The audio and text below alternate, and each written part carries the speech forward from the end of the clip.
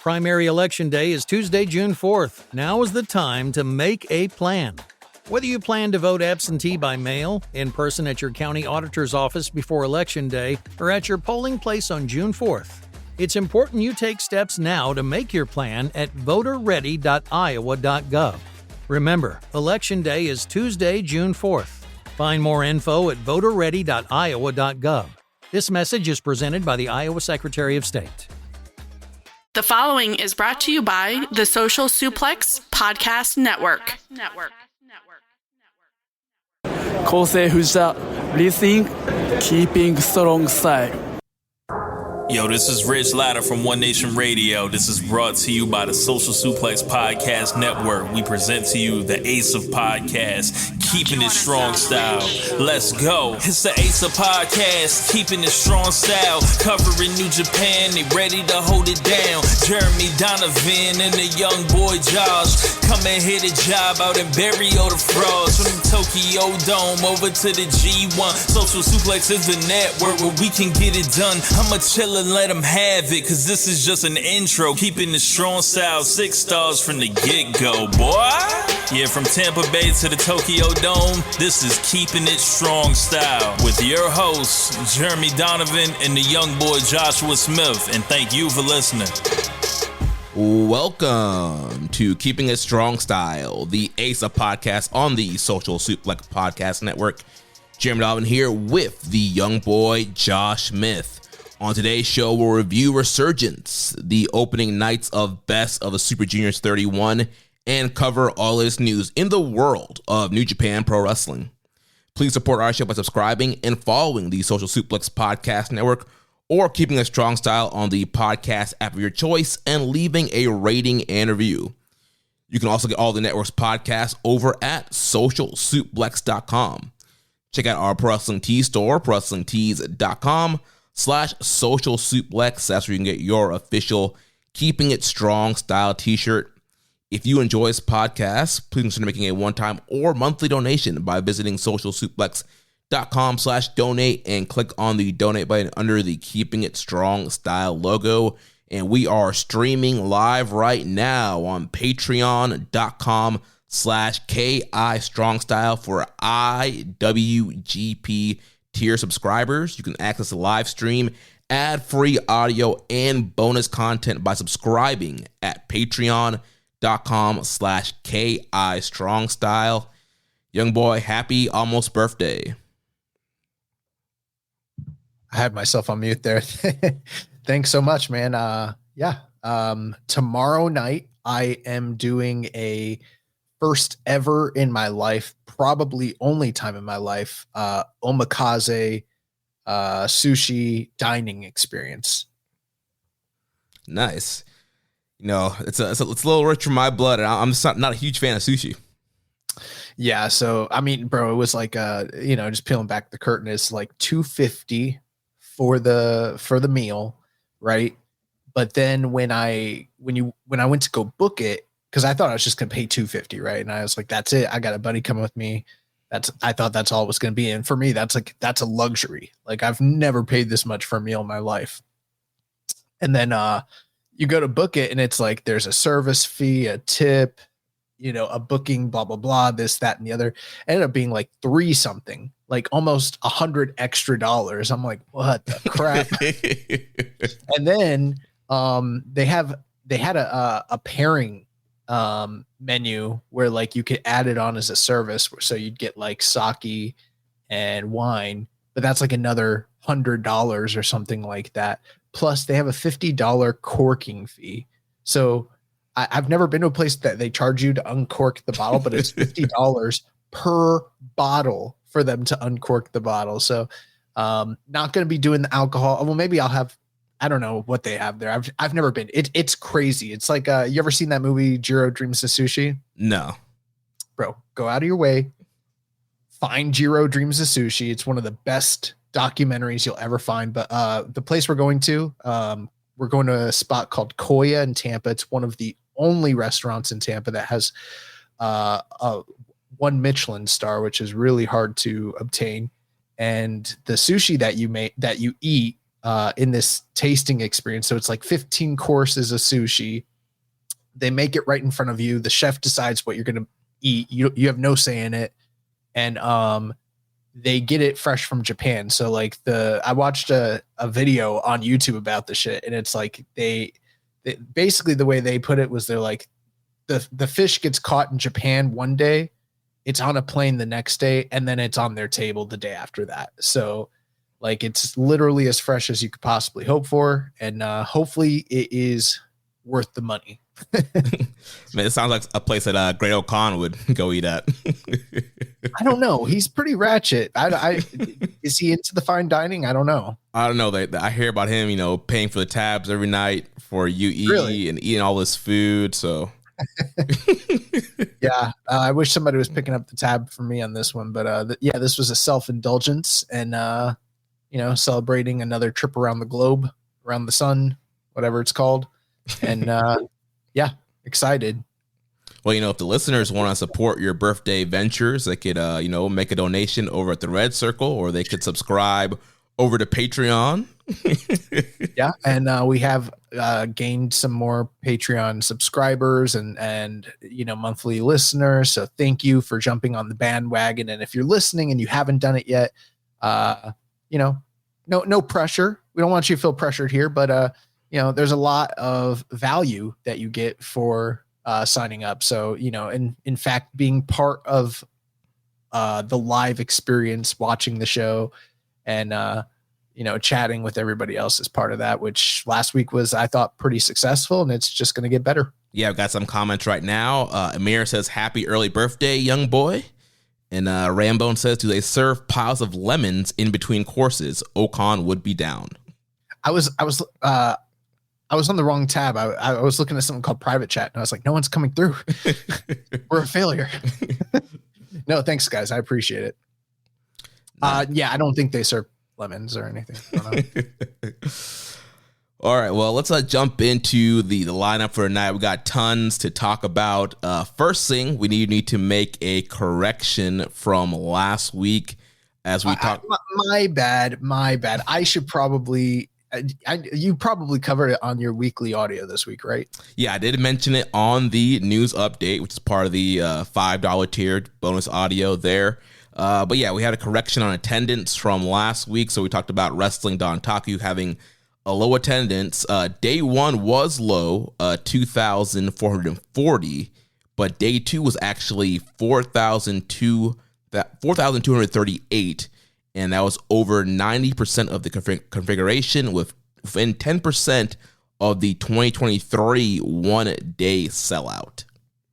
Yeah, so not going to name any names, but we did have somebody reach out to the podcast to make that correction, and luckily we've never had any high up names reach out to us to correct us on this show in the past. So I guess we're doing something right, but that was pretty much my mistake. And the main reason why I had the wrong figures is because I didn't look at the figures. I was literally just listening to the backstage comments on day one, as well as day two. And I kept seeing the wrestlers talk about 2,400. And so I was like, oh damn, they did 2,400 both days. Not even thinking that on day two, they're referencing the number from the prior day. And I was told by another friend of the show, like, dude, check your work. So, I'll take that one on the chin. That's my fault. The biggest thing, mistakes do happen. Unfortunately, take some of what we said last week with a grain of salt, because especially from me, because a lot of the conversation was kind of driven by the discourse over the low attendance figure. I don't necessarily think still, and I will say this. I do still think that 4,000, even though that's not a bad number by any means, it's not the strong numbers that they've done in that building in the past, which is something I had mentioned during last week's show, where, in the past we've done 5, 6, or they've done 5, 6, 7, larger numbers than that. So wasn't quite where they need to be, but it is growth. It probably speaks better to the what's the word I'm looking for? the experiment of having Jon Moxley on top as champion, and we'll continue to see how that pans out as we head into Dominion in the near future. Yeah. So we've got that out of the way now. Let's talk about the first show we're going to review here, United Japan Pro Wrestling All Together. This was a show for the Noto Earthquake benefit and the first show under this United Japan Pro Wrestling banner. So we'll run through the card here, give any kind of quick thoughts about these matches, and then we'll move on to Resurgence and Super Juniors. Here's my question to you, Jeremy, before we jump into that. How do we want to categorize these shows for purposes of grading for our own awards? You know, I honestly didn't even think about that.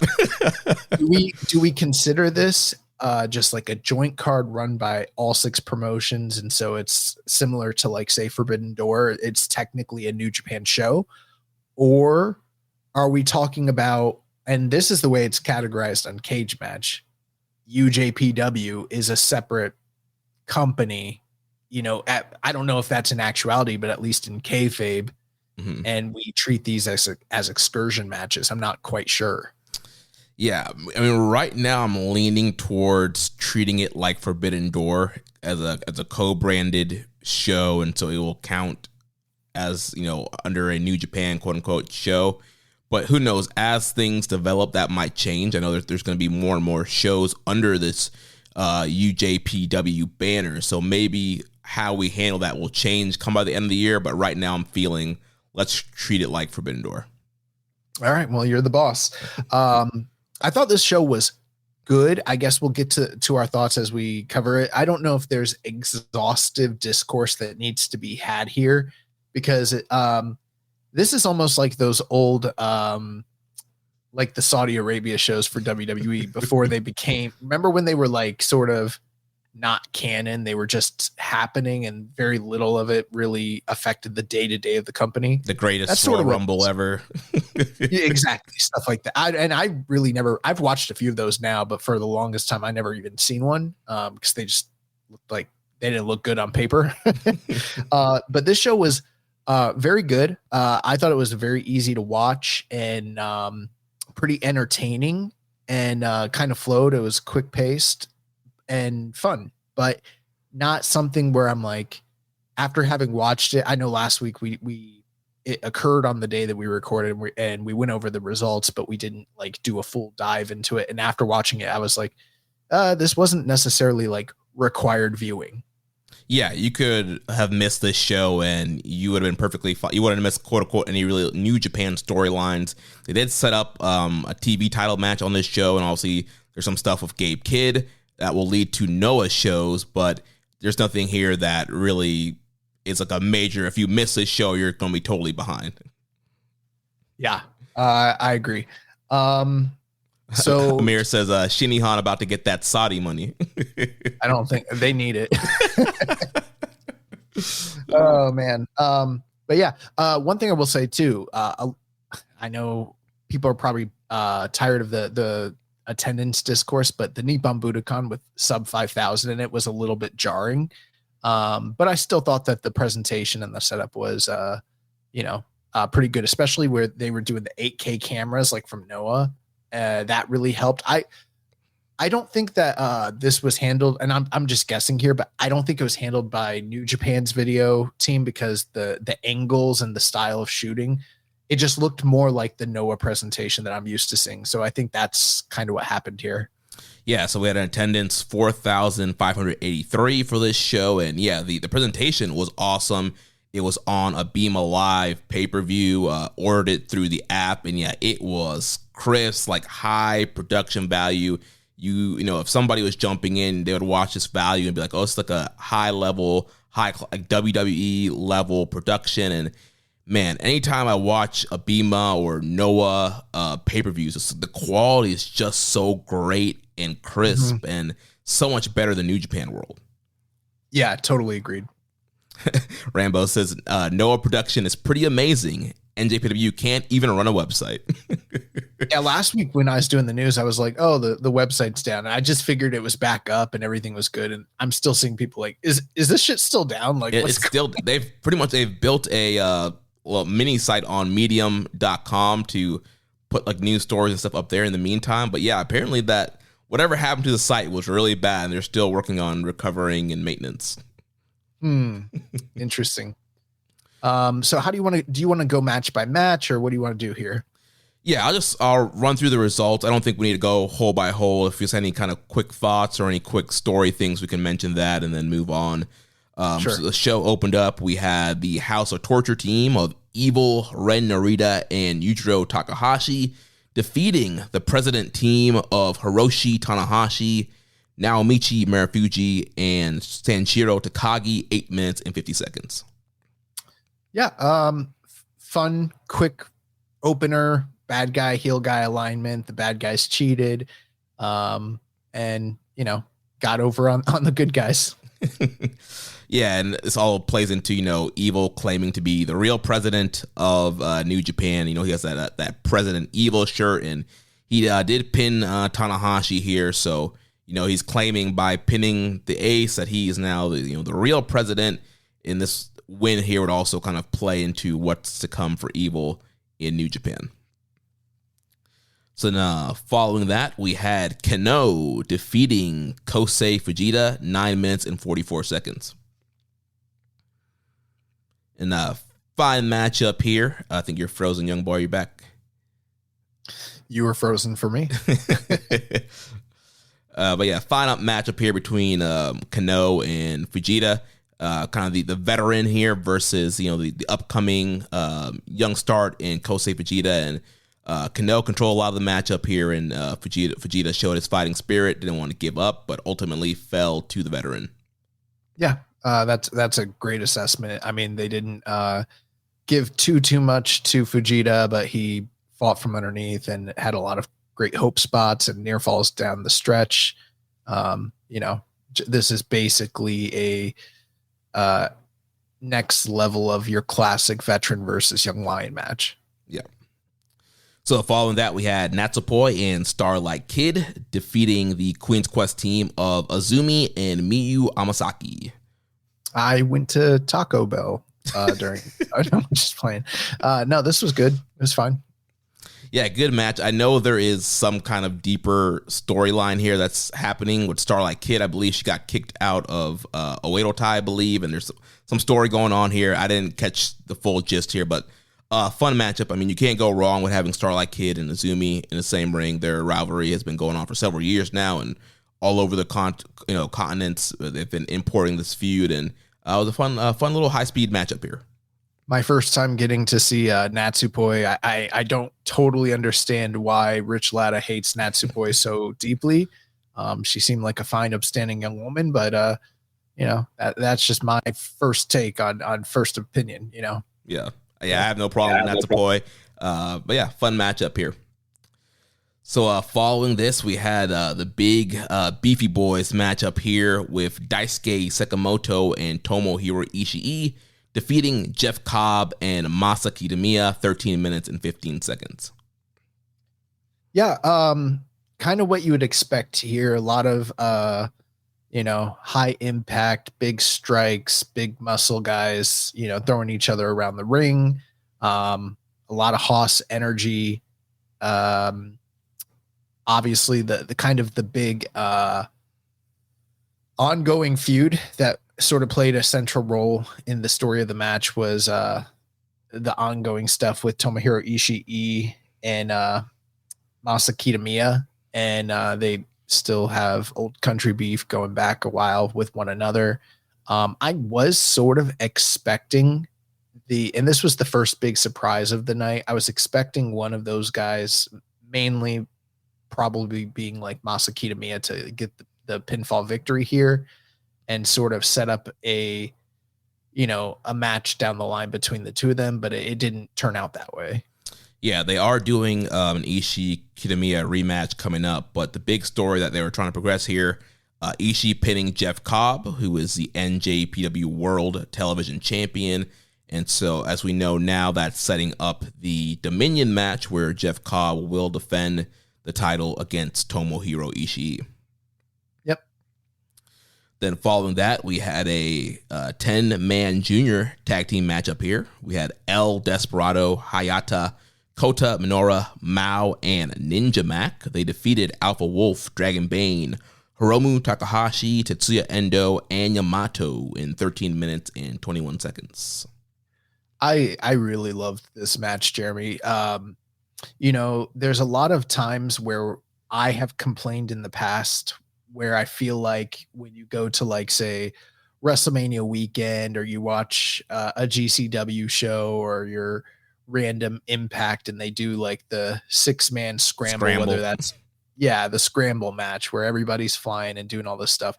And at a certain point, I'm like, I've just gotten so tired of the tropes and so tired of the formulaic, the it's just homogenized version of that match. And watching this one, this was exactly that. The difference is the level of the competitors is so much higher here.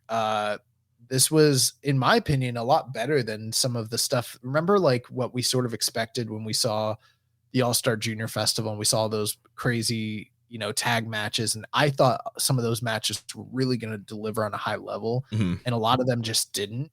This one kind of fit the bill for what I was expecting in a lot of those situations. So I think it's not that I hate this style of match. I just hate when it's not done well. And these guys performed it excellently, and everybody got their shit in. Everybody got time to shine.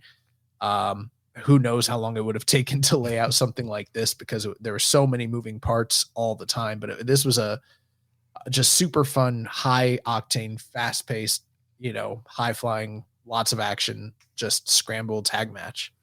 Yeah, this was a Rich Latta Pro Wrestling, extraordinaire right here. All 10 of these guys from the get-go were flying all over the place. I thought Dragon Bane and Alpha Wolf were pretty impressive. I haven't really watched those guys. They're awesome. Yeah, they were great. Ninja Mac, of course, was great. And so, yeah, really fun match. Great way to highlight these juniors. And, yeah, fun matchup here. So then following that, we had Kai and Taichi defeating Chris Brooks and Zack Sabre Jr. in 14 minutes and 59 seconds. Taichi here replacing a injured Sonata.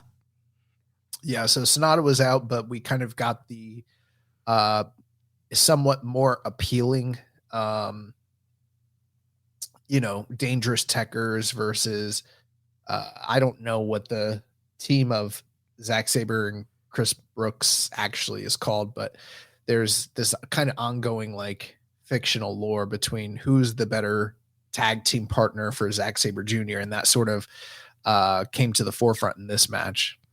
Yeah, so it was really cool to see Zack and Taichi mixing back up together in the ring. I mean, I think fans have been clamoring for a while now to get those guys to face off in a singles match and to be in the same G1 block. So it was good seeing them mix it up here. It kind of seemed like Taichi and Chris Brooks are trying to fight for the love for Zack Sabre a little bit here. And then Kai and Taichi had issues teaming together, and that we saw that throughout the match. And then after they won, Kai attacked Taichi, which allowed Zack Sabre Jr. and Chris Brooks to come out and make a save, and nice little, like, mini dangerous Techers reunion post-match.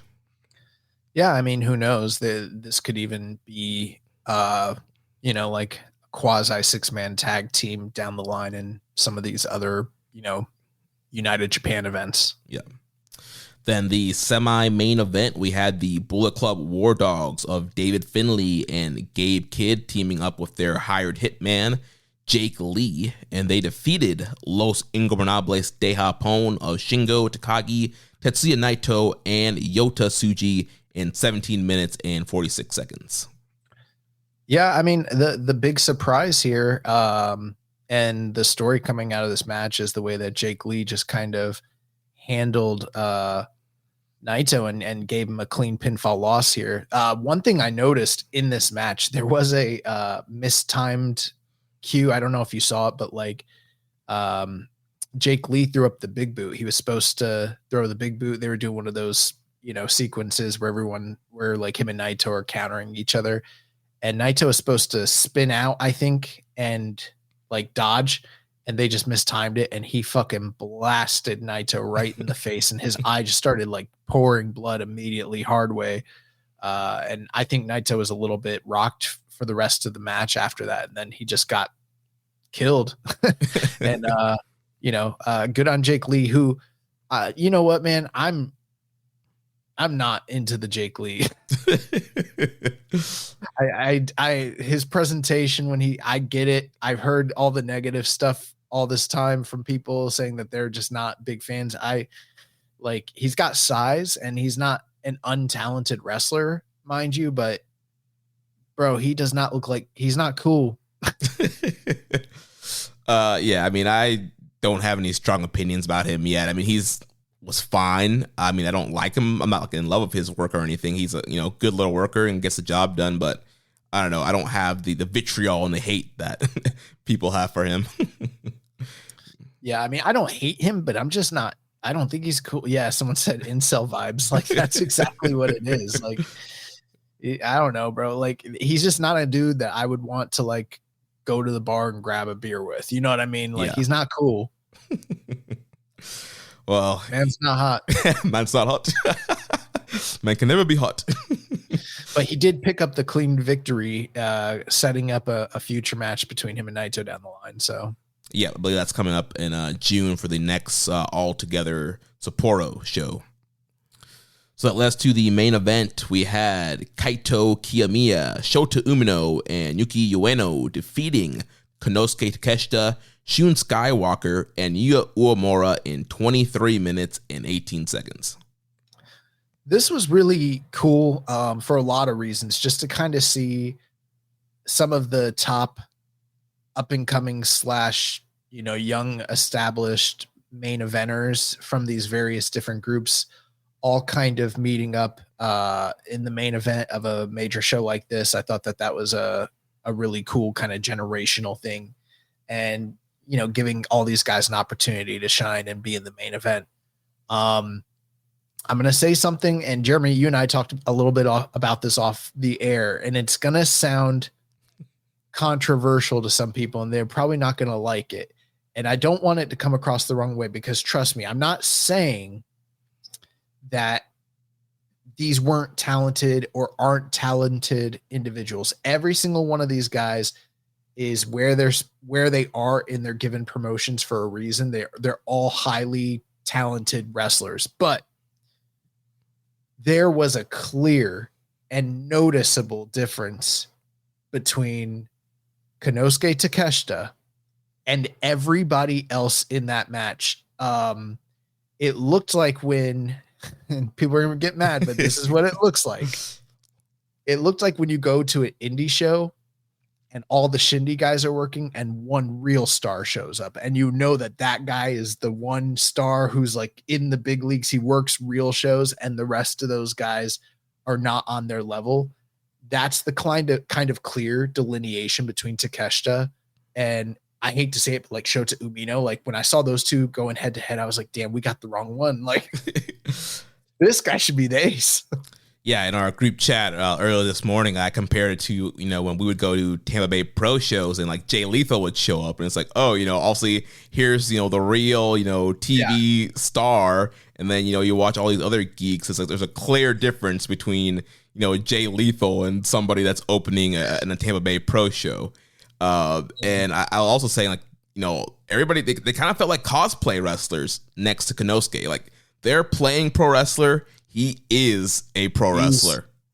Yeah. I mean, and what that says, it's not to say that they're not immensely talented individuals. They all are, but Takeshita's like a whole nother level from a look perspective, size perspective, timing, body control, like all of it. Like, he's the perfect complete package, and he is on a whole different level than all those guys. And a couple other things. So Shun Skywalker, my girlfriend walks in the room and she's like, who's that guy? And I was like, Shun Skywalker. She's like, stupid look, stupid name. A loser. I thought everyone was good. Yuki Ueno, needs to get some better trunks. They're too small for him. But yeah, I know that each and every one of those guys are very good. I thought they had a good match. I don't know if I would like consider it like the match of the night, but it was very good. Everybody got a lot of opportunity to shine. At the end of it, Kiyomiya, who is the current reigning GHC heavyweight champion, he just won the title a few days ago. He was victorious. He got a clean pinfall victory over Uemura, who is the recent KOPW winner. So kind of telling you something there. And I was a little surprised that Uemura was the pin eater, but not necessarily in a negative way. Like, I'm not complaining about it. I'm just surprised New Japan agreed to that. I sort of thought one of these other guys were going to, do the honors. Yeah. But yeah, it's a fun matchup and cool seeing these different aces mix it up here. Like you mentioned, Kiyomiya gets the win over Uemura, and then post-match, they're doing the big, all together photo op and closing of the show, all celebrating, they raise all this money for this benefit, and then out comes the madman, Gabe Kidd, and he attacks Kaito Kiyomiya, grabs the GHC title, and this is going to lead to Kiyomiya defending the GHC title against Gabe Kidd. Yeah, and if you remember, I mean, these guys have had so much heat with one another every time they've crossed paths in New Japan, whether it was in Tag League or the G1. Things just break down and become hectic. And we'd been calling for a while now that they needed to settle the score between them one way or another. And there were plenty of opportunities where it seemed like maybe the right stage had presented itself and it just hadn't happened till yet. And suddenly, Gabe Kidd takes it upon himself to attack him. He did steal the belt, which, Jeremy, I had to tell you, as cool as that is and everything, I'm so over and just sick of guys stealing other guys' championship belts, because I don't know. I always think it's just weak anyways, but it doesn't do anything. They're still the champion, but there's been a proliferation of that kind of story that's taken place in this calendar year in New Japan. So, just adding another one to the list, it's overkill at this point. Yeah, and 9 times out of 10, the person who steals the belt's probably not winning the belt, so it just kind of makes them look like a geek in the whole end of the rivalry. Yeah, I hate it. And then even if they do, I don't know, makes the champion look weak. Like, the whole thing sucks. Yeah. And we've been seeing this going on for like a year now in New Japan, so I'm a little over it. But cool for them to have, some salient story points coming out of the big show and, kind of driving things down the line for other UJPW events, and then also playing into, it didn't seem like there were too many things playing into the other companies' kayfabe, so maybe they want to rectify that, I would say. But New Japan got a couple storylines out of it, so yeah. Amir says, I couldn't watch a show. Was last year's main event tag better? What was last year's? Oh, it was Okada, wasn't it? It was like Okada. I think Tanahashi was on the other side. I can't remember who all was in it now. I don't remember. Probably. Yeah, we'll have to look back and see. But this was a pretty good main event. I mean, I wouldn't say you need to go out of your way to drop your $31 to order the show on a B1 pay-per-view, but I mean, if you can get your hands on it, it's overall with a fun show and a fun main event. Oh, you know what? Last year, remember, it was so it was Okada, Kano, and Yuma Aoyagi against Tanahashi, Kiyomiya, and Miyahara. That match was incredible. So this was not as good as that one. Although it was good. Don't get me wrong, but all right, well, that's going to wrap up our talk on All Together. Now we're going to jump into NJPW Resurgence, which happened this past Saturday, May 11th, from Ontario, California, in the Toyota Arena. We had an attendance here of 3,024. So we'll start from the opening match, work our way down to the main event. So show opened up. We had 2 pre-show matches. We had a strong survivor match as the strong survivor, I guess, champion or holder, Matt Vandegrift. He defeats Young Fuego, Adrian Quest, in 4 minutes and 27 seconds. Didn't give him a lot of time. I thought that Adrian Quest did the most that he possibly could to make sure he shined in the match.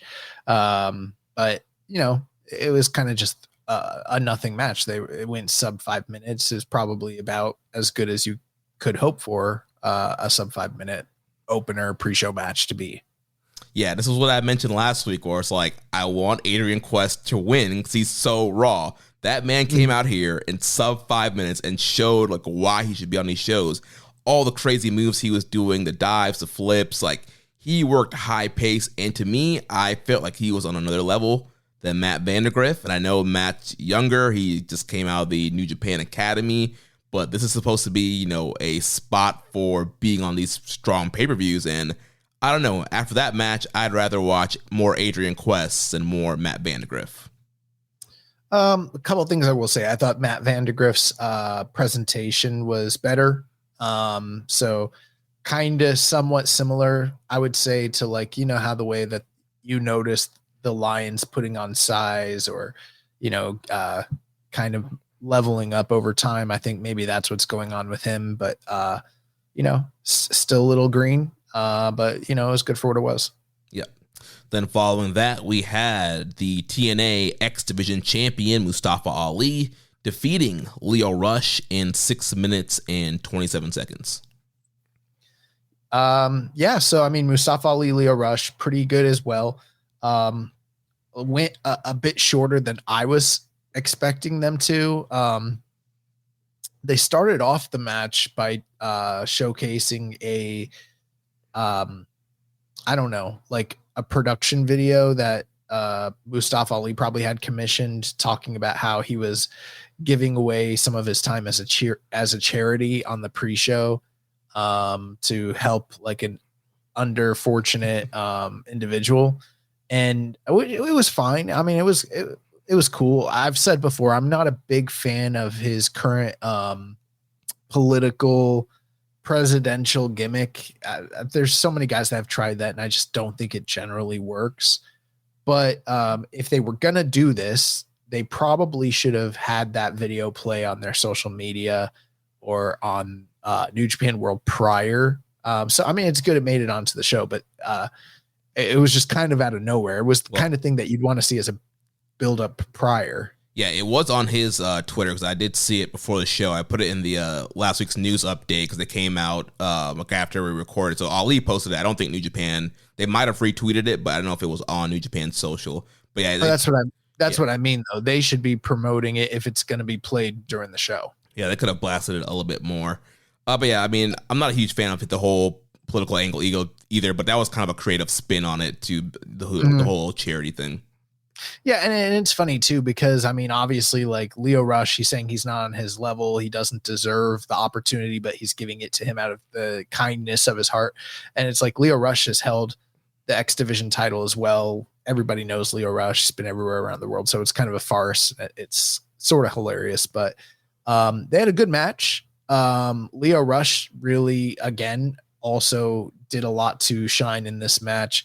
They had a lot of really great near falls down the stretch where I didn't 100% buy into the idea that Leo Rush would win, but I started kind of thinking, like, remember the negative feedback about Hollywood Hulk Hogan, Mustafa Ali, and brother, that's not going to work for me and stuff like that. Mm-hmm. I was like, what if they got to him and either him or New Japan's like, all right, well, you got to put over Leo Rush. And I was like, what if that inspired them to end the undefeated streak? And so they kind of had me a little bit thinking like conspiratorially, like maybe, but Mustafa Ali cheats at the end. He picks up the victory, and post match, the lights go out and Leo Rush's, what's it called? Blackheart? Yeah, Blackheart.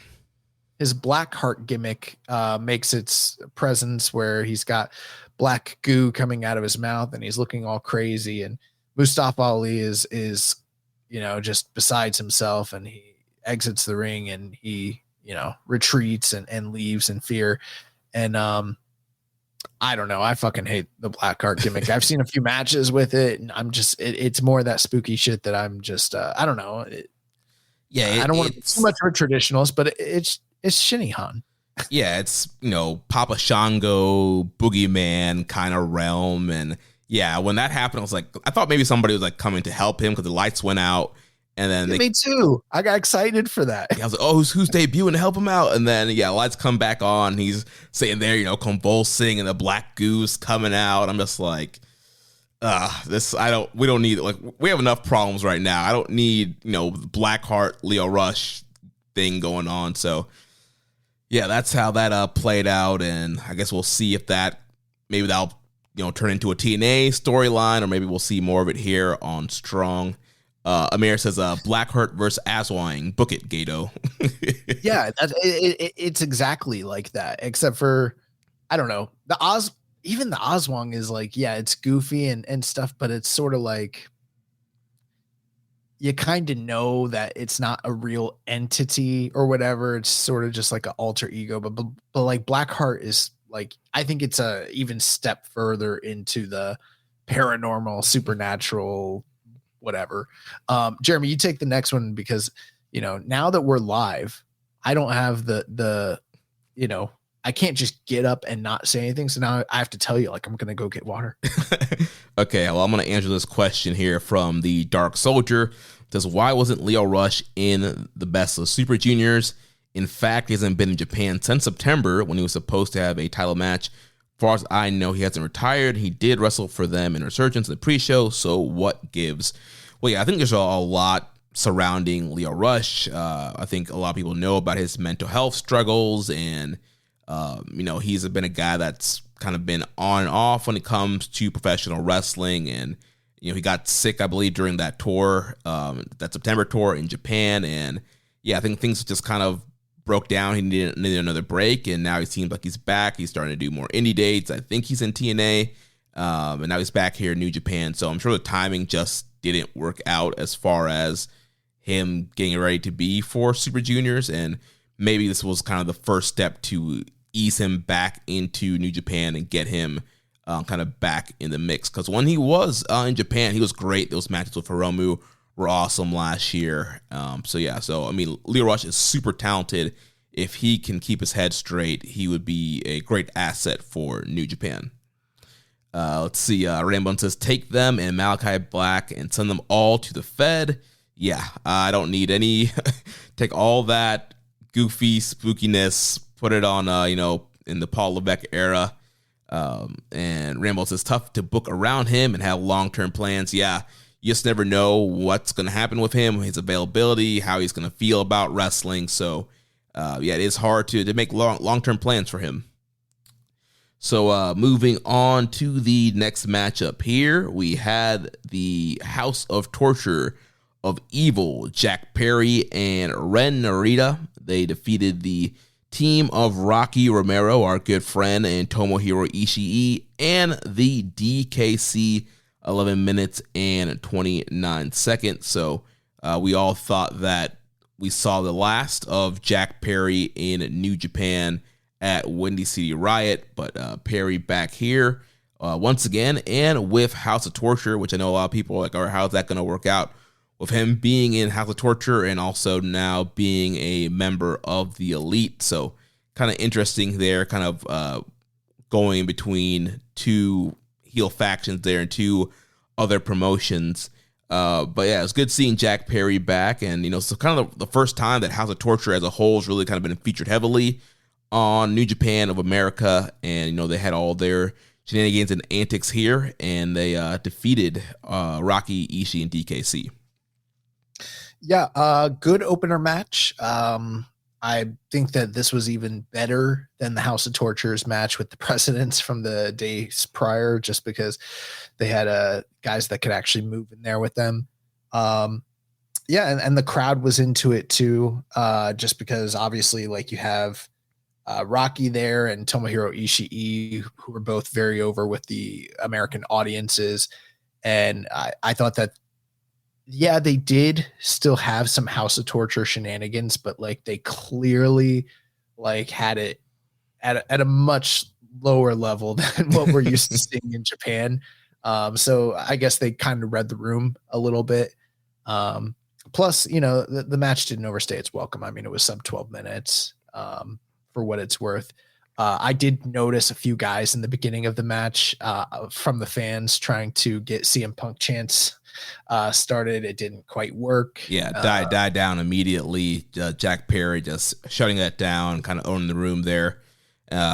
Evil gets a pinfall here, hits the Everything is Evil on our good friend Rocky to get the win, and you know, another win for Evil, which would be signs of things to come later on in the show.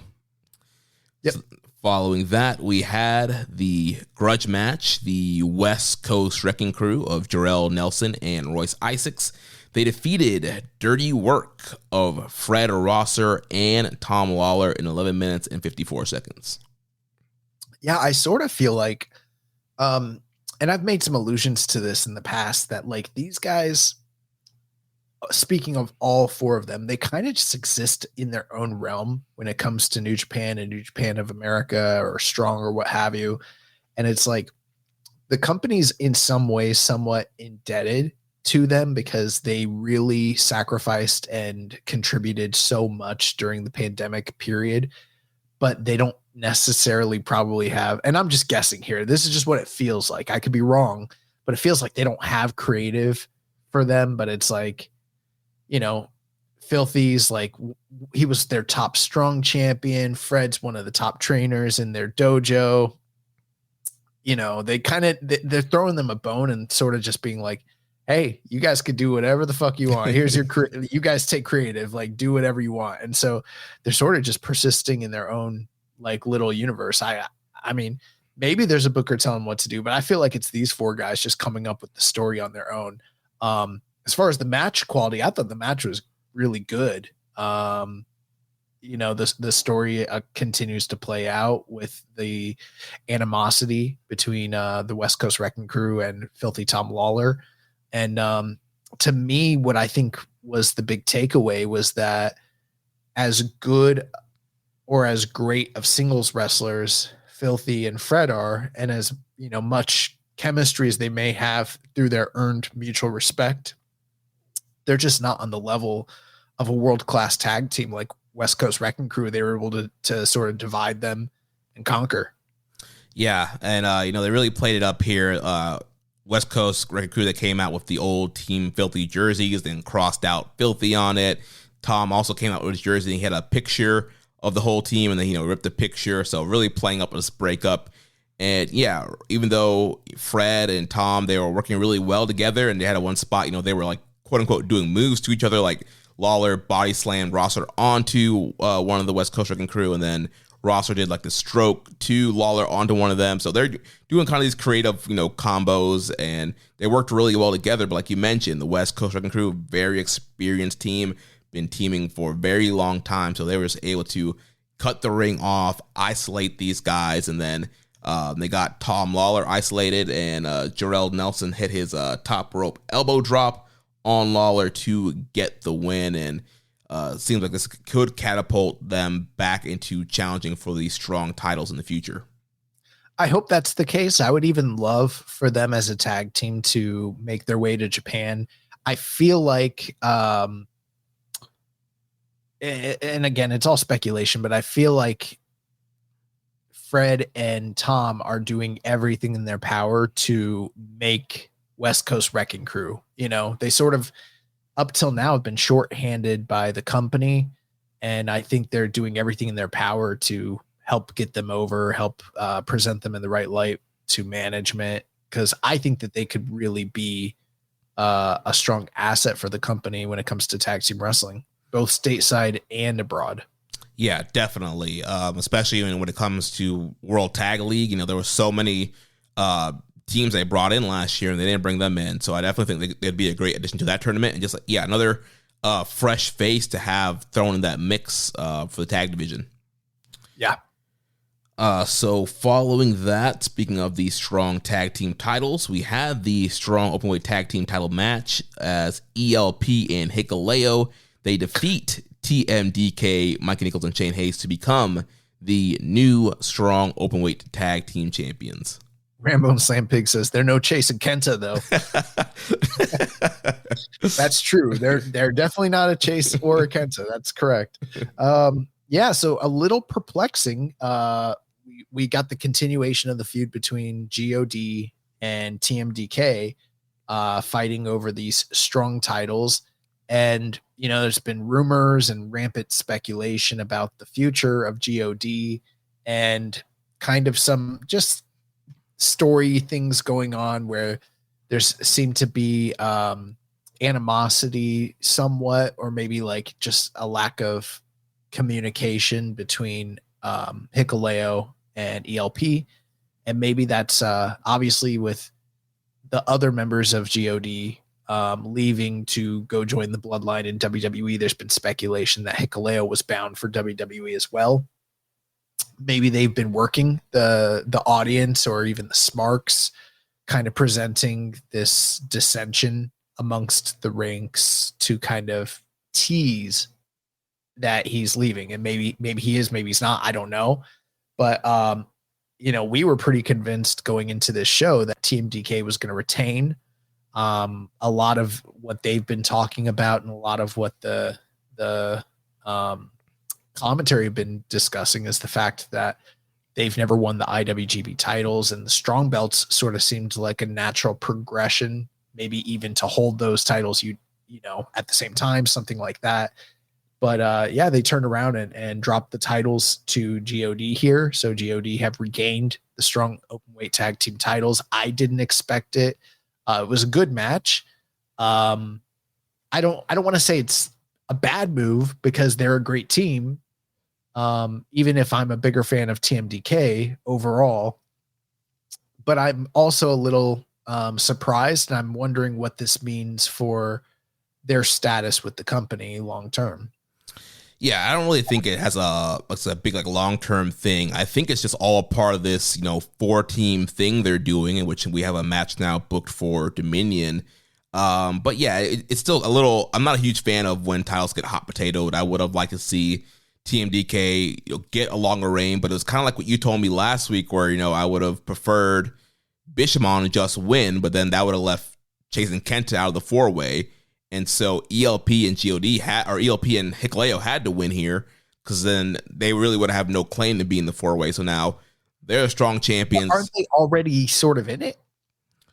I mean, they all had that little angle at the end, but I guess, you know, they hadn't really won a tag match or anything to really cement themselves as being in the 4-way. Like, nothing was announced yet. So now with them being strong tag team champions and TMDK, you know, is owed a rematch, it kind of all flows into this, you know, he gets a rematch, he deserves a rematch kind of thing for all 4 teams. This could be the way that they set up TMDK to transition into being the IWGP champions. You get the belts off them here. Now all 4 teams are going into the title match, and they, you know, fail up and get the big boy belts. Yeah, that would be great. You know, I believe it's going to be a 4-way elimination match for both titles at Dominion. So moving on to the next match, we had the NJPW Strong Women's title match. We had Stephanie Vaquer defeating Alex Windsor in 10 minutes and 53 seconds to retain the title. Yeah, a very good match, hard hitting, kind of what we've come to expect from Stephanie Vaquer in her title reign and her run with New Japan of America. And I was impressed with Alex Windsor as well. I thought she really acquitted herself very well here. Yeah, you know, this is kind of the first time we're seeing her in a one-on-one matchup on Strong. You know, we saw her in the tag match in Chicago at Windy City Riot. But yeah, I thought she looked really good here. You know, I've heard a lot of good things about her work in the UK. And I think a lot of people know that she is in a relationship with Will Ospreay. And I know he's done some training with her as well. But yeah, I thought she looked really good here and got physical with Vaquer, who's a really hard hitter as well. But towards the end, Stephanie hit that package backbreaker thing. I don't know what she calls it, but she hits that on Alex to get the win and retain the championship. Yes, nasty. She sets him up for a package pile driver, and then like Ushika Roshi's them over her knee, like on the back of their neck. It's a pretty awesome move. Yeah, and they were also telling a story of like Stephanie going after Alex Windsor's leg, which I guess had been like surgically repaired in the past, and she sort of set everything up by going with the dragon screw, which I thought was a good story element there. Yeah. So then following that, we had the LIJ team of Tetsuya Naito and Yota Tsuji making his U.S. debut. They defeated the Bullet Club team of David Finlay and Kenta 14 minutes and 45 seconds. Not that it's too controversial, but I thought it was a little bit interesting. The fact that Kenta is the current reigning Defy champion. He had a over 30-minute title match with Brian Keith and successfully defended that belt the night prior. And then he's the one looking up at the lights here. Kind of tells you where, how much New Japan takes Defy into consideration when it comes to their booking. Yeah. But yeah, I thought that this was a great platform to kind of showcase. Naito hasn't in recent times done a lot of US shows. I mean, when this show first started, he was doing indie dates and he was working the ROH World of the War. And it almost seemed like every War of the World show had LIJ as a whole, as a unit on it. But as like that partnership started to like drift, we saw less and less of Naito stateside. And the most recent time he wrestled was, the big match in Chicago last month where he dropped the title to Mox. So he came out in the red suit. So we didn't get T-shirt Naito here. He was serious about this. And then Tsuji, as well as David Finlay, I think that this was a great kind of platform to showcase all of those guys, as well as obviously Kenta sort of has a big following in the States as well. So there's been this ongoing Bullet Club, War Dogs, LIJ thing. So it's still on brand with everything that's happening. But I thought it was a smart decision to have this match to sort of endear these different characters to the U.S. audience. Yeah. And a good closing stretch here. Naito tagged in towards the end of the match. Finlay hit him with a blue thunderball. Kenta tagged in and tried to pin Naito.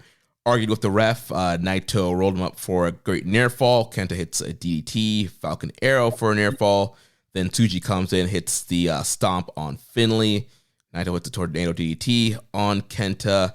Then hits the Destino. 1, 2, 3. Gets the pin over Kenta. And it does kind of seem, nothing's announced yet, but it might seem like Naito could be challenging David Finlay for the IWGP Global title. Yeah, it feels like that's the direction we're going, which, I mean, bro, Naito's going after a white belt again. Like, time is a fucking flat circle. Are we serious with this? That's where he belongs. Okay. So following that, we had the front man, Zack Sabre Jr. He defeated President Ace Hiroshi Tanahashi 12 minutes and 12 seconds. Yeah. What can you say? You've seen Tanahashi and Zack. If you watch the product or you listen to the show, you know that we've seen this matchup numerous times over the years. And, we saw it live in New York, 2019. Yeah, we saw it live in MSG. They've wrestled on multiple continents at this point. And the most recent match was when Tanahashi unseated Zack for the TV title back at Wrestle Kingdom in January. So a little bit of revenge here for Zack, getting him a big win in the win column. Him and Tanahashi, they just work so well together. Even though Tanahashi's limited mobily, Zack is able to work a style that kind of hides a lot of those weaknesses and maximizes the positives that Tanahashi has. And it's funny because at the rate Tanahashi's going, like, he's still just so hit and miss. Like, one night you think like damn, he looks like he needs to hang it up. And then he comes out here and has a match like this. And you're like, if he keeps doing this by the end of the year, we're going to have to include him as a Wrestler of the Year candidate. Yeah. Because he's going to have too many good matches that you just can't, afford to not make him a candidate. Yeah, I think him and Zach have great chemistry, and it's always a really good match, especially with Tanahashi, like you mentioned, and the stage of his career. And, it can be a more kind of a grappling submission-based match, which Tanahashi is really good at also. And so every time they wrestle, it's really good. And I thought just from a physical standpoint, I thought Tanahashi looked like physically good. Like he looked more in shape, and he didn't look like he was, hobbling as much, and was kind of moving pretty well. And him and Zach were flowing in between those grapples and exchanges. He did the aces high towards the end, which Zach rolled out of that, and Zach was catching him in all kinds of mission holes. You said he didn't look like he was hobbling as much.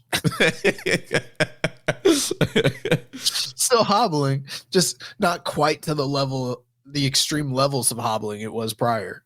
Right. It wasn't like, all right, I get out the ring hobbling. It was like, okay, he can take a few more bumps hobbling.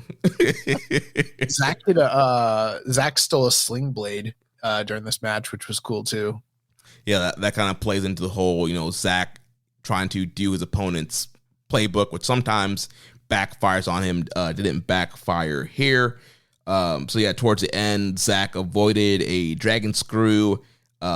He did the neck twist on Tanahashi's neck, which allowed him to hit the Zach driver. 1, 2, 3. Zach gets the win. And, a part of this build for this match, Zach was, saying, I got to prove that I'm IWGP World Title material. So I'll get the president's attention by beating him. I did see an interview today saying, he's tired of people with, no record and no real claim to the championship, and he wants to win the G1. So I'm wondering what's next for Zach in the interim before G1, because I thought Zach would be a great choice to challenge Moxley at one of the next big shows, Dominion, Forbidden Door, but it seems like he wants to win G1 first before he challenges.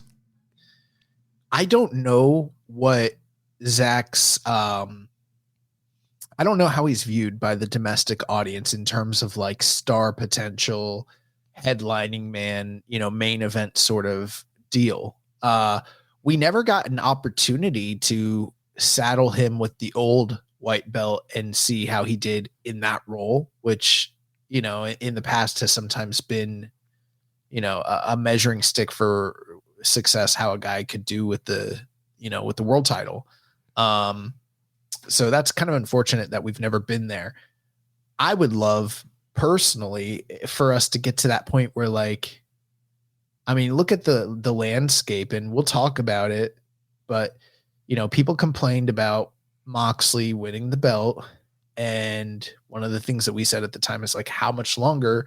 I get it. Naito is the top star, the most popular guy in the company, but physically, how much longer could he go at the top, really carrying that weight? And then it's like, well, who else is there if we're not going to put the belt on Mox in terms of, not just who can go or who has some level of popularity, but like who is a major star that we can trust to sell tickets in a trying time and have great matches and, put people, eventually put people over and all that. And it was like, they're really, and it's not anyone else's fault other than New Japan, because they didn't prepare for this moment with their booking years prior. They didn't have the foresight to see what was going to happen with all of these departures from the company. So they've kind of put themselves in that predicament. But like, really it comes down to, at this point, you got like 3 guys that are not Naito that are domestic stars. Not saying they're domestic in their nationality, but it's like, you got Finlay, you got Evil, and you got Zach as heavyweights. Who else am I missing that you could actually legitimately put the title on at this point in time? I mean, yeah, those are the main ones. I mean, I know people say put it on Ishii, put it on Goto, but I don't know how much. That's not realistic. Yeah, I don't know. Those guys are, drawing or turning the company around. I mean, I guess there is Tanahashi, but that seems like a big step backwards. Correct. Yeah. So we're at this point where it's like, well, we have to trust one of those guys to sort of be the next carrier of the belt, unless you want to go back to like Sonata. Yeah, Rambo and said Sonata, LOL. And for my money, the one that stands out the most is Zach. But I would love for Zach to be that guy who is locking up with all the Reiwa guys, and he sort of plays the jumbo role that Okada didn't, but I don't know if the company's going to trust him to do it or not. I don't know what his track record is when it comes to the business side of things. I mean, he's got a good look. He speaks the language. He's committed to the country. He's just technically he's an S tier wrestler. Like, he's up there with all the grades. But from the business side, I just don't know. And I'm not saying he's not there. I personally just don't know. I don't know those analytics. I don't know if they trust him to be the draw, to be the ace, to be the top guy. But I hope that we get to the point where he's that one, because if I have to think about all of these young guys that are coming up, all of them, whether it's, and I'll throw all of them together, Hikuleo, Hinare, Gabe Kidd, Umino, Suji, Uemura, all of them. And who of those guys, who do I want to see them wrestle? Do I want to see them wrestle Evil or Finley or Zack Sabre Jr.? For me, that's an easy question. You know what I mean? Yeah, Zach would have a lot of great matches with those guys. And I think it'd be a good experience for them to be wrestling a guy like Zach. And I think he's a credible guy that if one of them were to beat Zach, it would really help get them over as well. So yeah, I'm hoping, I don't know, I still feel like Forbidden Door would be a good place for Zach to challenge and win. But I guess it really depends on how long Moxley is going to be holding the title. Right. And that's the big question. Like, I am of the opinion that the Mox title reign should be designed to elevate somebody. And like, I don't know, like, is Zach going to be skyrocketed to the stratosphere based on beating Jon Moxley? And is that what we're looking to do? And I hate to put the race thing into it, but like a white guy beating a white guy in a Japanese company, like, is that what we're looking for? In my opinion, I still think that Umino, and we'll talk about it here in a little bit, I still think Umino should be the guy that beats Moxley and takes the title. But I don't know how long they're willing to go with this Moxley experiment long term. If it's about to be over, or if we're in it for the long haul. We're going all the way to January with this thing, Yeah. So moving on to the next match, we had the NJPW World Television title match as Jeff Cobb defeats not the Murderhawk Monster, but the American Psycho Lance Archer in 11 minutes and 35 seconds. Yeah, Rambo Slam Big says team shooter all day. I'm right there with you. Yeah. Good match. I loved the opener with Jeff Cobb hitting a freaking Spanish fly on Lance Archer, like right out the gate. Yeah. That was cool. I almost wanted him to hit Lance Archer with the Tour of the Islands and pin him after that, because like that would be so, not that I'm a big fan of Lance Archer, and they had a very good match. So it's not like I wasn't sports entertained by this. But one of the gripes I do have about this title is it's got a 15-minute time limit, and there's certain limitations that are in place when it comes to that time limit. And nobody wants to lose early. Everybody is going to want to have a lengthy, exciting match. And I think that somebody needs to just get beat clean, quick, one time. And like, I think that, remember when Moxley beat CM Punk in a fluke fashion on TV, and then they did the pay-per-view match later. Mm-hmm. Not that was the greatest business decision, but this is a mid-card title. I think you could really elevate Jeff Cobb in doing that, like the fluky thing. And then maybe they have the return match later, and there's a story you can build out of it. And instead, they didn't do that, which is fine, but I would have loved, I think at some point they need to do something like that with this title. Yeah, create some urgency around it. That time limit should lend to kind of make it more of like a high speed kind of a really faster paced matchups, a lot of urgency, trying to end the match quickly. So I think it would be cool if that was his gimmick. He does a big power move right at the beginning, boom, tour the islands, like 2-3 minutes, it's over. Yeah, but I wanted it to be the way it was, where like he got forearmed. They did the fucking Spanish fly, and then tore the islands 1, 2, 3, less than a minute, and you're like, oh my god, like you know what I mean? Yeah. And then like that would put Jeff Cobb in like, oh my god, he just like squashed Lance Archer. Tony Khan's not doing anything with Lance Archer anyway, so like it's fine. And Lance Archer's Lance Archer, so he's gonna be okay regardless. And then he could always have grounds to be like, you got me, but it's a fluke, you know what I mean? And then they can have this match the next time or whatever, but it's fine. I guess the difference between the Murder Hawk Monster and the American Psycho is cornrows.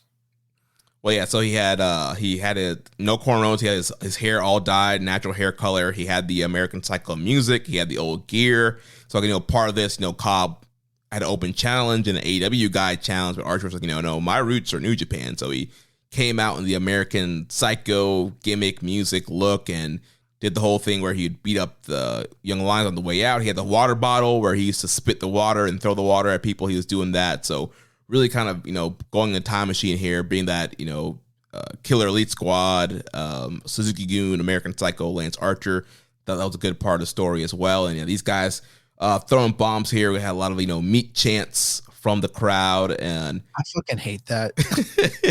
Meat. I thought it was a really cool big, and also I thought they were saying yeet. Yeet like, or no yeet. Yeah. But I thought it was cool the one time where like AEW did that, the meat chat, and it got over and was like very organic. But now it's like anytime two big guys wrestle, it's like meat. At least in the States, it's like, all right, cool. Yeah, but they were throwing bombs here. Archer did a big choke slam on the apron to Cobb. Cobb was hitting big suplexes on Archer. Had a big double down. Great loud chop exchange, which led into the big meat chants there. And then Archer eventually got control, and he was going for the rope walk, the old school, which Cobb pulled him down into Tour of the Islands 1, 2, 3. Cobb gets the win, and he's now V1. He hit him with the what's his big move? Oh, the blackout. Yeah, Archer hit him with the blackout, and Cobb kicked out, which is pretty rare. I've never seen him kick out of that. Yeah, I feel like maybe one person has before, but it's very rare. It's usually a very protected finish. Like you hit two with that, it's over. So that was kind of a big spot there for Cobb. Yeah, that was very impressive and very good match. Yeah, post-match, Stone Pitbull, Tomohiro Ishii, he walks out, like we mentioned, on All Together. He pinned Cobb in that tag match, so he walked out and, made it pretty clear that he is next in line for the TV title. I'm all in favor for, world television champion Stone Pitbull, so. Yeah, I mean, Ishii, former Ring of Honor television champion, and probably thinks it's the same belt. Yeah. Primary Election Day is Tuesday, June 4th. Now is the time to make a plan.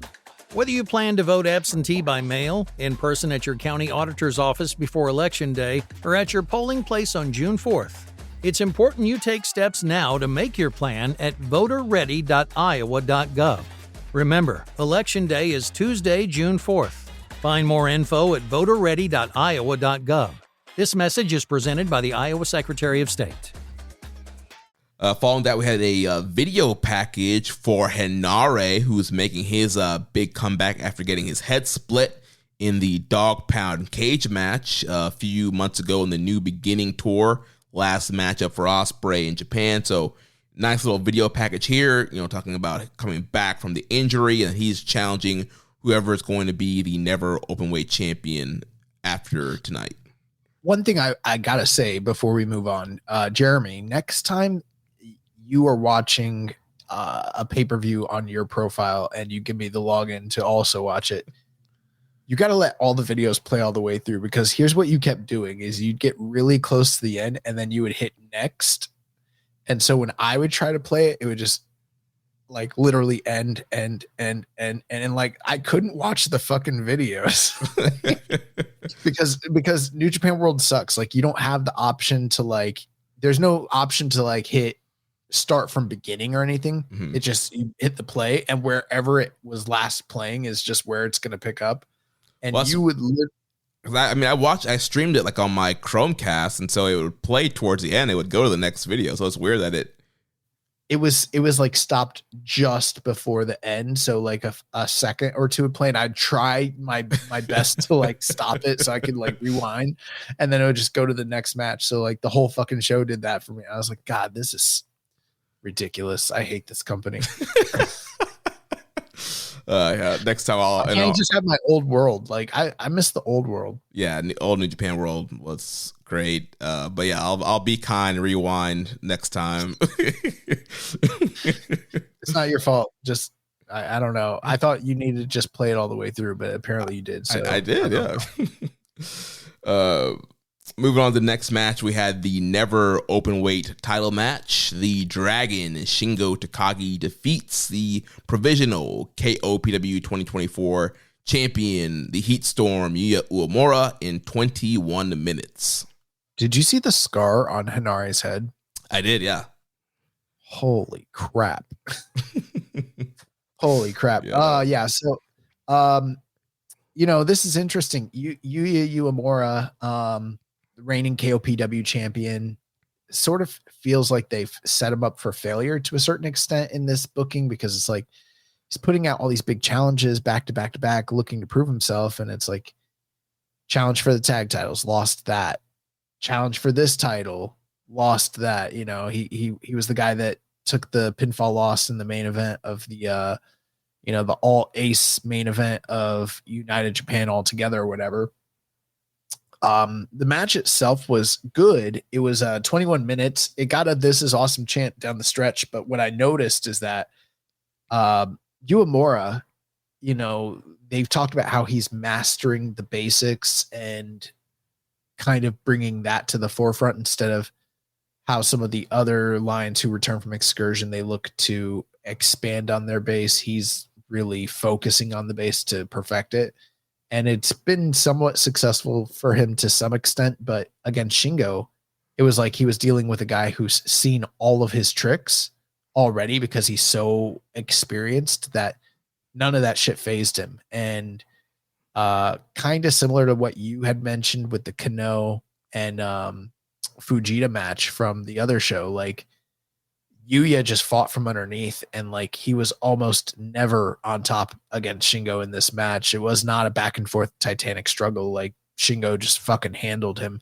Down the stretch, Uemura did get some near falls. He got the bridging double underhook suplex for the near fall, and he got a couple other good pinfall, close victories, like some falsies.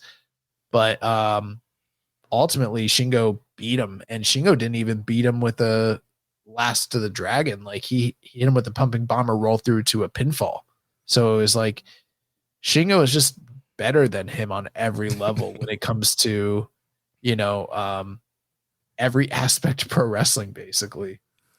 Yeah. I thought this was a really good match. I thought the closing stretch really, picked the match up. But like you mentioned, this was pretty much, in a way, kind of like Shingo versus Young Lion. Like, Shingo was pretty much beating this man's ass for the majority of the match. And, Uemura's, going back to the basics and the Young Lion stuff against Shingo.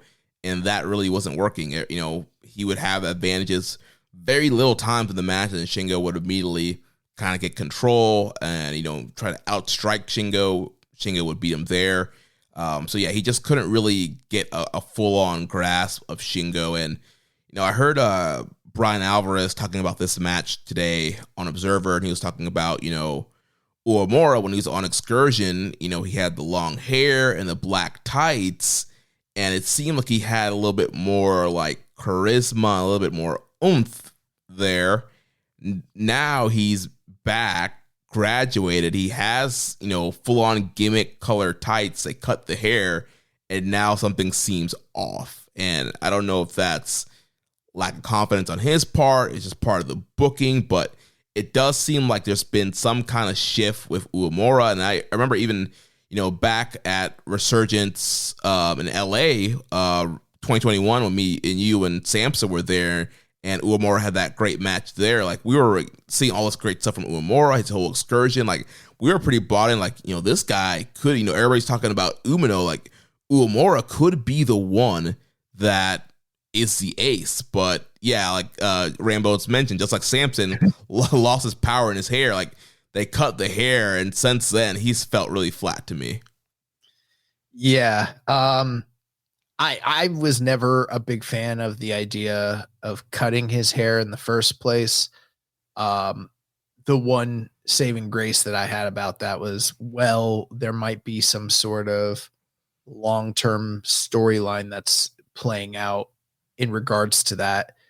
But in more recent times, some of these story paths just don't seem to be hitting or as reliable as they had been in like the golden age of Gato's booking. So I've always taken that with a hint of salt, just trying to not 100% buy in and just kind of, I guess, doing the old WWE, like, let it play out, see how it plays out. But there is something going on with Uemura right now.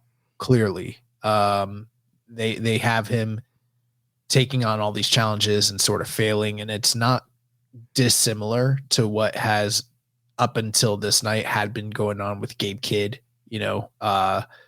trying to bite off more than he can chew, oftentimes losing. And I am wondering if there is a long-term plan here, but to me, I just don't know if I am in love with the idea of having this guy that just won this new belt challenge for another belt and then fail and kind of get sent several rungs down, basically losing the progress that he had made prior to that. Yeah, it's like one step forward, one step backwards. And post-match, Shingo did grab the KOPW, and he was kind of like, KOPW or never, KOPW or never, or should I get both of them? And so it's like, yeah, why Shingo should get a title match now since he beat Uemura. Yeah. Now, I have heard some discourse recently, people kind of complaining about the work of Uemura, calling it boring because it's similar to like Ricky the Dragon Steamboat, and there's this sort of feeling that like anything aligned or related to the 1980s is boring. Like, I don't know what to tell you guys. Like, I watched all of Ricky's career, and like never at any point I was like, this was fucking boring. Like, and that goes as far as like not just his 80s work, but also his 90s work. Also when he came back in the 2000s and he was still raw as fuck. So to me, it's never had anything to do with like the moves themselves. I don't even think that there's a problem with the moves that Yuya Uemura is using. I think it has more to do with like what you mentioned, Jeremy, like maybe confidence or charisma, or I'm even guessing if it might have something to do with match structure just in general. But one thing that some people probably are not aware of was like, this is somewhat similar to Tanahashi. When Tanahashi first came back, he was working a similar gimmick and was sort of emulating Ricky the Dragon Steamboat in his early days, and was kind of criticized for that. And then, eventually became what he became. So, jury's still out on these guys. They're still, early on in their excursion, or not excursion, but, returns from excursion. I'm just, they need to figure out for themselves what is going to build that connection with the crowd and get them over, because I don't have faith and trust personally at this time in the creative to do that for them. Yeah, and I don't think this Heat Storm thing it's a thing to connect. I don't think him being a part of Just Five Guys, him being KOPW champion and doing, eating contests, I don't think that's a thing that's going to get him over. Yeah, and unfortunately, we'll talk about it. It looks like we might be heading back to more of that here in the near future. Yeah. So Shingo gets a big win here, like you mentioned, with that big pumping bomber and laying on him for the clean pin. Had a question here from Dr. Larry. It says, I feel like Shingo brought something out of Yuya. Do you think Yuya chases the dragon? I would love for that to be the case, but I'm not totally confident that that's where we're heading. But, I think at some point he'll get a victory over Shingo and it'll mean something. Yeah, I don't know if it's going to be a long-term immediate story. Maybe they're in the same G1 block, but you could build to that, but I just don't think that's at least the immediate term story that they're going to be telling with both of these guys. And one thing I do wonder is like, what was the better thing? Would it have been better for him to hit his main finisher to basically show like, I couldn't get rid of this guy without hitting my main finisher, or does that bury him too much? Mm-hmm. Or, he kind of did this instead of like doing a roll up, he hit him with an impact move and rolled him up at the same time. So it's like, I don't know if that's much better or worse.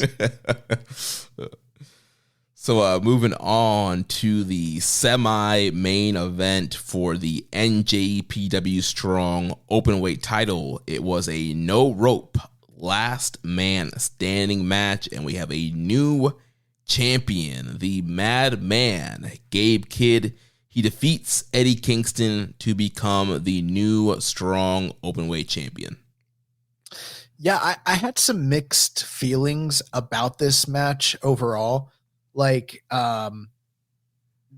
this fulfills the obligatory plunder match quota that sort of exists on these big New Japan US shows. And on the one hand, I've been critical of that idea that like every US show needs to have plunder, even though I guess maybe in some regards, maybe that's part of the identity of New Japan of America. Maybe it is its own unique brand that's dissimilar from, New Japan proper. So whatever. At the same time, a lot of those matches that had occurred previously that had utilized weapons and no DQ stipulations didn't have the heat that this match had. And this match had built for a long time and really escalated to the point where a stipulation like this was needed. It kind of reminds me of how in the early days of ROH, they didn't do a lot of gimmick matches, but every now and again you'd get Raven and CM Punk in the cage, or you'd get a fight without honor, like a Steve Corino match or against Homicide. And you're like, oh shit. Or like a ladder war of like the Briscoes and Steen and Generico. Correct. Yeah. And so this, even though they do so many of these, this did kind of stand out as unique in the way that these guys worked it.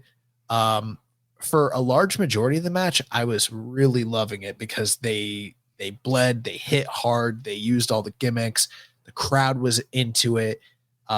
They were doing the little things in between, not just the plunder, like the WWE thing where they're going around hitting each other and then, just walk around looking for weapons. Like these guys were really showing a lot of hate, and almost to the point where, dare I say it, like it was a little bit Magnum Tully-esque. Like, I'm like, oh, these dudes fucking hate each other. But the two things that started happening that I didn't like was it had that last man standing component. So every single time someone was on the ground, they had to get up by 10. The problem is they wanted to sell the effects of what the guys were doing to them, and the guys counting fast. So then, and they can't get up. So then they started resorting to stopping the count, and there are many, there were a lot of times that the match could have or should have been over, but these guys intervened, and maybe that, might be forgivable one or two times, but it was a lot of times where I was like, damn, like you guys aren't even fighting to win. And then there was a portion down the stretch where Gabe Kidd starts looking for a chair that had razor wire on it, and he couldn't find it, and he kept going around and around and around and around, and he's like getting pissed, and he's looking everywhere for it. And it was to a certain point, like where he was just out there too long looking for it. I think he should have just moved on, and just, audibled, because he wasn't able to find this weapon in a timely fashion. And, Eddie Kingston's just having to sell forever on the, and that sort of really brought a halt to the forward momentum that the match had. And it kind of stalled things for me a little bit, but, they did pick things up eventually, where Eddie pulls out the handcuffs. The handcuffs. And this is an ode to the famous match between Inoki and Masa Saito, where they were also in a no rope situation. We've actually reviewed that on the show in the past. But the finish of the match came where there was a table set up on the outside between the guardrail and the ring, and it wasn't on its legs. It was actually like stationed on those two things. And Gabe Kidd did like a maneuver where he basically gave him like I don't know exactly how to describe it, but it was basically a brain buster to the outside. And it looked like Eddie's, with the momentum that they took, it was a really nasty bump, incredible visual, but it looked like Eddie just busted his fucking knee on the guardrail, and he had a hard time getting up after that. And he didn't get up for 10, and Gabe got up, and that was the end of the match. And so I'm a little torn here, because the parts that I really liked, but the parts that were detrimental to the match, were pretty detrimental. Yeah, I mean, I have a pretty much same feelings as you. I'm very I don't know how to rate this match, because it was very violent. It was bloody, very hard hitting, and there was obviously, it was hate-filled, like you mentioned. They did a great job building this matchup. We were there at the press conference in Chicago and how it broke down there. Gabe did all these media appearances, building the matchup, and calling Eddie a fat New York slob and all this stuff. And there's a ton of heat, great build. But then there's just obviously a lot of violence stuff in the match. But the whole last man standing thing killed me. Everything counting to 10, I'm just like, oh my gosh. To me, that kind of killed the flow of the match. It was like big spot count. I'm like, okay, oh my, it kind of chopped up the match a little bit too much. And then one thing we didn't really talk about, the audio for this show was kind of hit or miss. At the very beginning, the audio, the announcers were really low, but they fixed it at the start of the beginning of the first match. But then this match, the crowd was kind of, the crowd mic was low, but it also seemed the crowd was kind of quieter for this match also. It didn't seem like they really were, I don't know if it was just the audio, but it didn't sound like they were as into it as they should have been.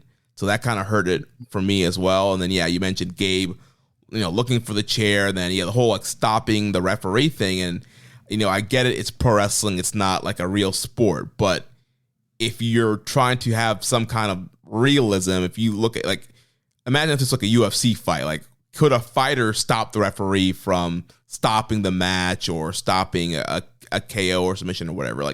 You can't tell the official to stop a call. Like you mentioned, there were several times where both men were clearly not going to get up. And I guess the whole thing is they hate each other so much that they don't really care about winning right now. They just want to beat the other person up, which, all right, I guess I could kind of get. But at some point, you're in a competition, even though it's a last man standing and you need to win. And so I think that was the part that hurt it for me too. I would have been a bigger proponent of them, instead of stopping, literally reaching out and stopping the ref, you just break the count by attacking the person. Mm-hmm. That would stop the count. You don't need to audibly and verbally and physically show stop, don't count him out. I'm gonna kill this motherfucker. You don't have to do all that. You just stomp him. But it is what it is. Yeah, I feel like they probably should have done some other kind of gimmick match, a dog collar match or some other kind of violent matchup. Because I just feel like a lot of the elements of this last man standing match really just threw things off. Then you mentioned the nasty table spot at the end there, where Gabe gave us a suplex / brainbuster through the table, and Eddie's leg just crashed against that guardrail. And we've seen a lot of wrestlers who have gotten hurt off. Kyle Fletcher injured his ribs off guardrail. TKO Ryan in Ring of Honor broke his ankle doing an Asai moonsault to the guardrail. So like those guardrails are very dangerous. So yeah, as soon as he hit that, I was like, oh man, like he immediately grabbed his knee. And I'm like, yeah, this guy he's gonna be hurt. We have some questions regarding that. We'll talk about it here in a moment. One thing I wanted to throw out there before we jump to that. So I'm a big proponent personally of the philosophy that Bryan Danielson has when it comes to working a gimmick match with weapons. And one thing that maybe there are examples where he's done the opposite of this that I'm not aware of. I haven't like cataloged every action he's ever taken in a gimmick match, but I remember an interview where he was talking about, you know, for him, he's like, I don't go into a match and when it's like a blood feud and I go searching for a weapon and then throw it in the ring or set up a table for future use. And he's like, and it's not to say that those things are wrong, but it doesn't organically fit the motivation of what I'm trying to do as a wrestler. He was like, I would rather find a weapon in the moment as I'm wrestling this person and then utilize it throughout the match. Instead of like having the foresight to like grab a trash can full of stuff and throw it all in the ring and like have this, you know, he's like, that doesn't really make sense. I would rather just find something and then in the like heat of the moment use it. And I think that's, to me, I like that strategy. I think that's much more like a Southern philosophy and just makes more sense logically from a like a psychology standpoint, as opposed like, and the reason I say is because like Gabe's looking for this weapon. It's like you can't find the fucking weapon. Just grab a different weapon. You don't need specifically. You know, I get it. They gimmicked it up. They wanted to use it, and the reality is the only person that it really hurt was Gabe because Gabe gave him a fucking pile driver on it, and the only part of the body that made contact with it is his own thighs, which yeah, I guess is cool in a certain extent because it's like, oh, he's sacrificing his body, but like it didn't do shit to Eddie at all, like physically. So yeah, Ramon says Gabe berating a weatherman made him worthy of winning that title, in my opinion. So some questions here. Dr. Lariat says, was Eddie bumping on the guardrail more of his impatience and sloppiness? Would Inoki's ghost spit at the ring and yell bullshit for the last man standing match? I don't think so, but I mean, who knows? I don't think, to be honest, that wasn't his fault. If it was anybody's fault, it was Eddie Kingston's fault because Eddie was the one who set the table up and they were having issues with the guardrail and he didn't want to push the guardrail back and just set the thing up on its legs. He actually pulled the guardrail closer to the ring and then set it up that way. So if anybody's at fault for sloppiness or whatever, it's probably Eddie. Yeah, he was asking about Eddie. Yeah, if it was Eddie's fault. I'm sorry, not. Oh, my bad. Yeah, it was his impatience and his sloppy. I'm sorry, I misread that. Yeah, it was Eddie's fault. Of course, I mean, you do have to ask yourself, watching that move, and think to yourself, what's the best case scenario here?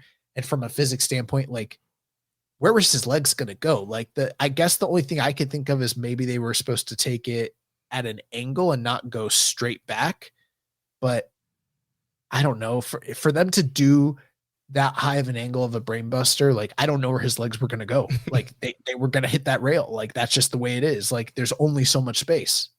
Yeah, definitely not a smart move there. And I know that there's a lot of people that, flagging the safety police and, why don't people care about this? And like, here's the thing. I don't really try to be a safety police. Obviously these are grown men, they're wrestlers. They sign up to put their bodies in pain. Like it's their bodies. They can do whatever. However, I still think as, podcasters, media, whatever, we can be critical and review the spot and say whether the spot was stupid or not. And I do think that the way he did it was stupid.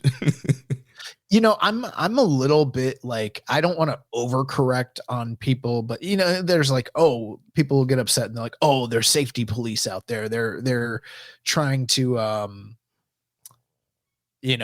I don't know what the word is, but like basically anything that's perceived as dangerous you know, they come out in droves and shit talk on it and blah blah blah, right? And that's true. There are people that do that. There's a lot of fans, and ourselves included, who probably don't know all the inner workings of how and why they do what they do, right? And it is a risk that they're willing to accept as professionals and artists and everything like that. At the same time, this attitude that I hear from a lot of podcasters, people that I respect, that I'm friends with, that I like, that are just like, fuck it, it's not my body, I don't care, whatever happens to them happens, you know. Bro, we lived through Mizawa getting internally decapitated in the ring, you know. Like Takayama is never gonna walk again. We just saw what happened with Otani, you know, he's probably not gonna walk again.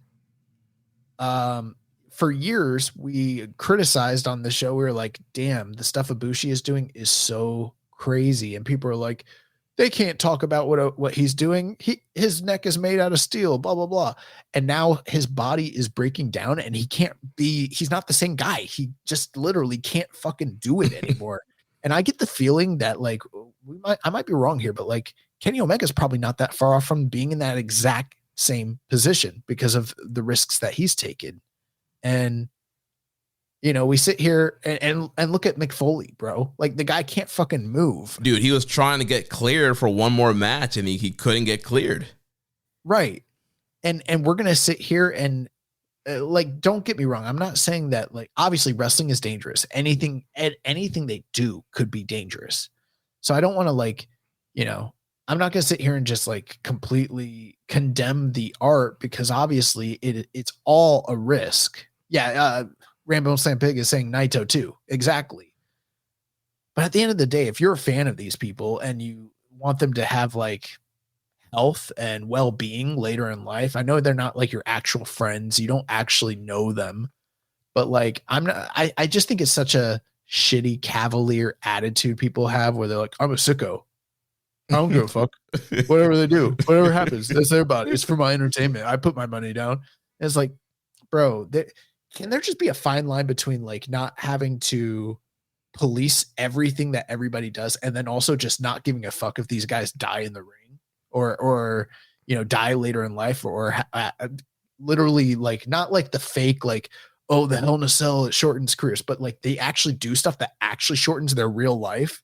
Like it's okay. Like, did they need to do this spot the way that they did it? Or would that match have been fine without it? You know what I mean? Yeah. And what was going to be the best pay? Bro, watching it, I don't know what the best case scenario was going to be because I don't know how they would take that without his leg hitting that rail just based on the physics. Yeah. I don't know. But yeah, he clutched it immediately right away. And there was a post-match angle, but he was down on the ground for so long and all the, you know, the Academy Young Lions are attending to him and trying to, you know, get him ready for this angle that's supposed to be happening. And like Jack Perry's music started playing for a long time and he's still on the floor. And then eventually he finally like got up and like crawled in the ring. And then Jack Perry came out and the Young Bucks came out making their New Japan return for the first time in 5 years. And also the Elite, they are feuding with Team AEW for Anarchy in the Arena. For Double or Nothing, it's going to be Young Bucks, Jack Perry, and Okada versus Bryan Danielson, Eddie Kingston, and FTR. So they came out here, beat down Eddie Kingston, and talked about, you know, living in Ontario was fine when they were poor, and just, you know, totally, they did. I was dying. Like they, you know, tore the crowd down, and they're kind of promo, and they're still stomping. Like, of course, you didn't get this work while we.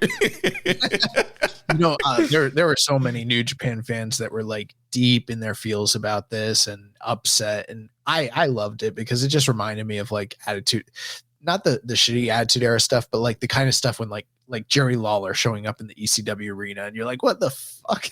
Yeah, I love it. But going back to the point I was making, is the last thing I'll say is just like I think it's okay to just when people do stupid shit to be like, yeah, that was stupid.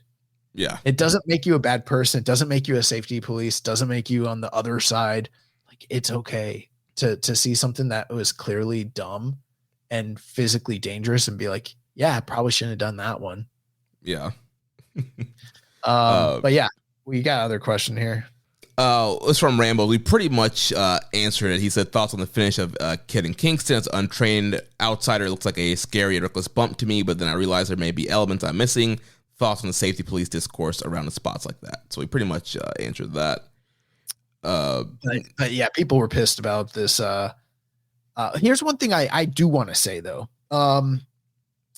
You know, and there's so much to get into when it comes to the Jack Perry and the showing of the video and, you know, the real glass and blah, blah, blah, blah, blah. Like, I'm not going to get into all that. We've talked about it in the past, but it's clear to me at this point, regardless of how long-term, how successful the push of him and aligning him with the elite, how successful that will be long-term. It seems, at least in the short term, this has been mega successful. And some part of that success is due to the time that he has spent in New Japan. I'm not going to say all of the success is due to New Japan. Like, I'm not going to frame it that way because that's not the case. But clearly this quasi, you know, excursion or learning trip has paid off. And whether it was creative or even just learned experience, it's been a benefit to him and a benefit to their company. When is AEW going to return that favor to New Japan? Good question.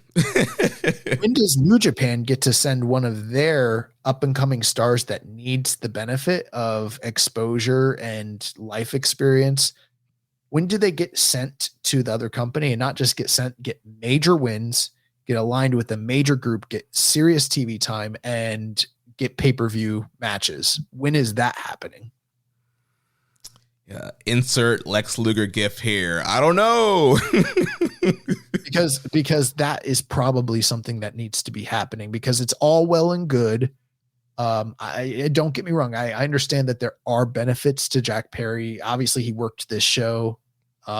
He worked the show in Chicago. Those are both, I think that he, as a name, has benefited from the exposure.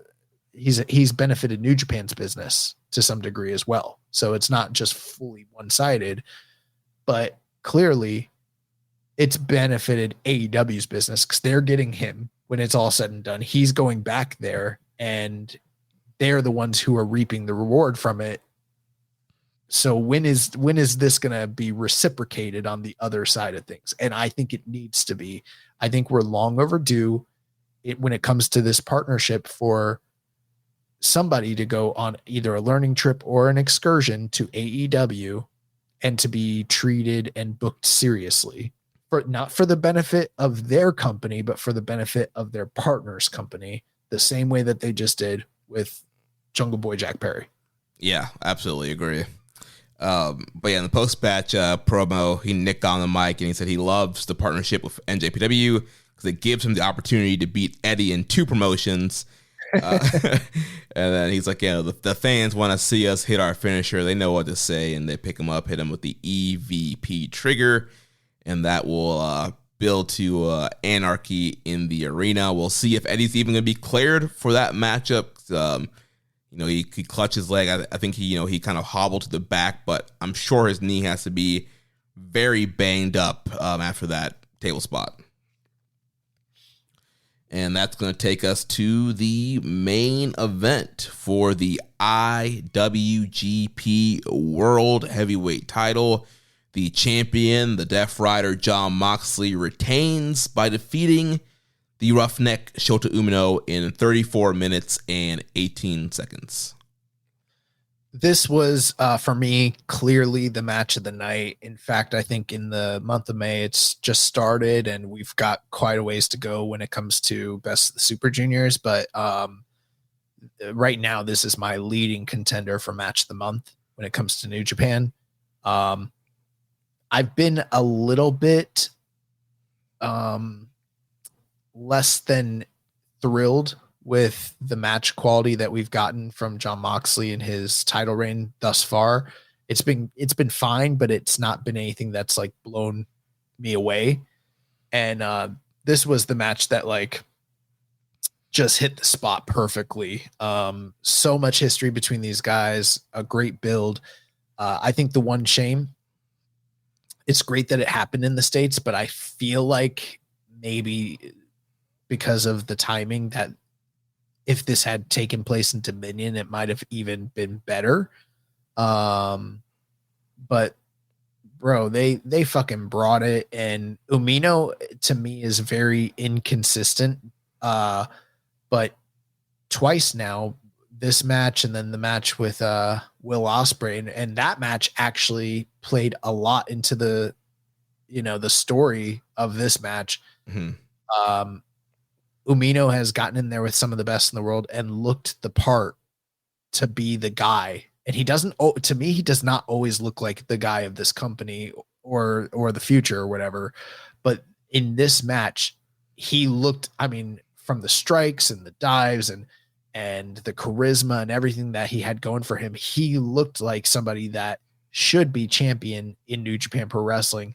And Jon Moxley was fantastic as well. And I thought they tore the house down. You want the main event to be the best match of the night. Oftentimes, to me, this blew away Moxley and Naito from the previous month. I just thought this was an awesome, awesome match.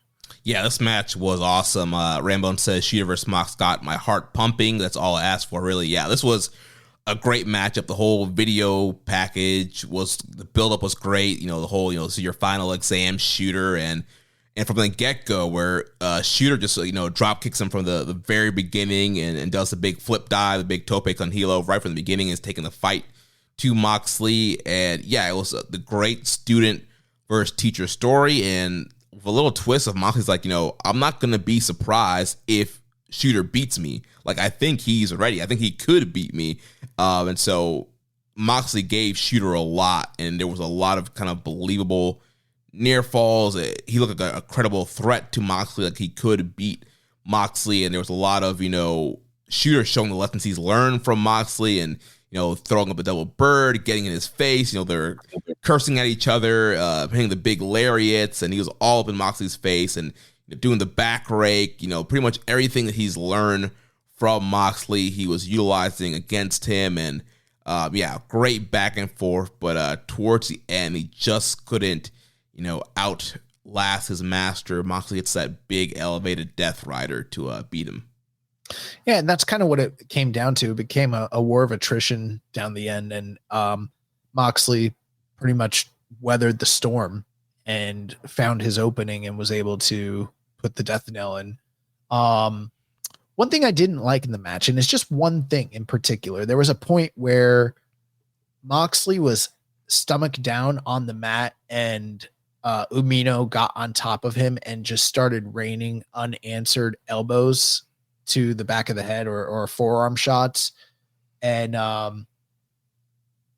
Umino just gets off of him and just stops hitting him with those shots. And I'm not a huge fan of that sort of spot where someone's in a dominant position and whether it's chokehold or strikes and they don't, there's not an actual reason that they've let go of the move, especially if the other person's not providing any sort of defense against it, unless it would make more sense to me if the person underneath was, blocking or defending or maneuvering or working their way out of the move, even if it was doing a lot of damage, or if the person on top punched themselves out and they can't give anymore and then they topple over off of it. Mm-hmm. That would also make sense to me. But in this one, he just was pounding him. And this was a callback to the spot that occurred in the Will Ospreay match. But he just got off of him and started, posing to the crowd. And then Moxley recovered and got up. And I'm like, what? Why did that happen? It looked like he was going to finish him. That should have been the fucking end. If this was an MMA fight, that's it. It's over. There's, he hit him with 15 unanswered shots to the back of it. Yeah, he could have gotten a ref stoppage. They should have done the whole exhaustion thing. He was too tired to keep pounding on him, so he just kind of falls over. Or Moxley should have tried to get his hands up to protect himself, so that would give Moxley Shooter worked out of it. He didn't work at all. Yeah. It was weird. But other than that, I mean, the match was fantastic. I was a little questionable about the idea that Shooter was going oftentimes for the Death Rider, and he hit variants of it, but he didn't really hit the real Death Rider. And it's one of those things where you wonder, like, why in kayfabe, why didn't he go for the real Death Rider if that's going to be the most effective one? Why is he doing the spinning version? And why is he doing, the softer version of it, the one that's just a cradle drop? But yeah, I don't think he's ever done the elevated version. He always wins with just the snap. Gotcha. Yeah. Well, I know he did the spinning one. Yeah. That one's never worked. Yeah, towards the end of the match here, Umino hit a forearm that dropped Moxley. Then they get up and they're trading strikes. He hits a pop-up European. Moxley hits a German. Shota comes back with a half Nelson suplex. Moxley hits a clothesline. Shota hits a big shotgun drop kick. Great exchange there. Coming in at 31 minutes, Moxley hits the Death Rider for a near fall. Umino hits a leaping DDT. Double down. Shota hits the Fisherman Brainbuster for a near fall. Then he hits the Blaze Blade and then the swinging Death Rider, like you mentioned, for a near fall. And then he goes for the Blaze Blade again and sets up for the Death Rider. Moxley escape, hits the curb stomp, and hits the elevated Death Rider to get the win. Great war there. And yeah, definitely the best match of the night. And, a great defense here for Jon Moxley, and probably, the highlight of Moxley's run, this part of his run in New Japan thus far. And then, of course, post-match, we didn't get to celebrate this match for too long, as Evil and Ren Narita jumped in the ring and attacked both Moxley and Umino, getting loud boos from the crowd. Evil grabbed the mic and said, hey, Jon Moxley, F you. The next challenger is me. No. I am the real IWGP Heavyweight Champion, so the next challenger is you. And then he pulled out the spray can and he sprayed the title black. And he says, you know why? I am the real New Japan president. Everything is evil. So we have, like we kind of mentioned last week, that Evil would be a potential challenger, and it will be Evil challenging Jon Moxley for the title. Well, you kind of had to wonder with Evil not being on cards previously, and then suddenly he's in a preview tag match in the opener of the show. It's like, why is that happening? Yeah. So that was probably a good indicator. And then you kind of laid it out a little bit last week, and with David Finlay kind of locked up, it's like, well, what's the next step? Who's going to challenge? And I think that some fans were predicting that it was going to be Zach, considering the history between Zach and Mox going back to the pre-pandemic era with the US title. And they were a little bit disappointed here that it didn't play out that way, but that's okay. I thought the show overall was a really, really great show. And certainly, am I like thrilled at the idea or the prospect of Evil versus Jon Moxley? No. But I also understand why it's happening, because again, I'm just looking at the layout of like who's next, and there really isn't anybody else ready. They've already jobbed out all the Reiwa guys. Yeah. And everybody else is locked up.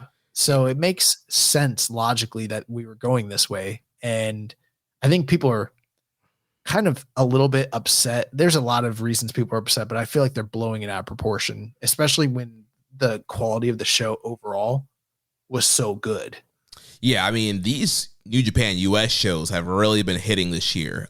Battle in the Valley, Windy City Riot, this show have all been stacked cards. They've all been booked very well. There have been angles that lead to the next shows. Like New Japan of America, like has been really hitting it out of the park this year. And yeah, like I said, like you said, I definitely understand, why they had to go with Evil. Obviously, that's not my number one choice, but when you look at the lay of the land, it's like there's not a whole ton of other options that they could do right now. I mean, you could do Zach, but clearly they're saving Zach for something else, and it's like, all right, who else do you do?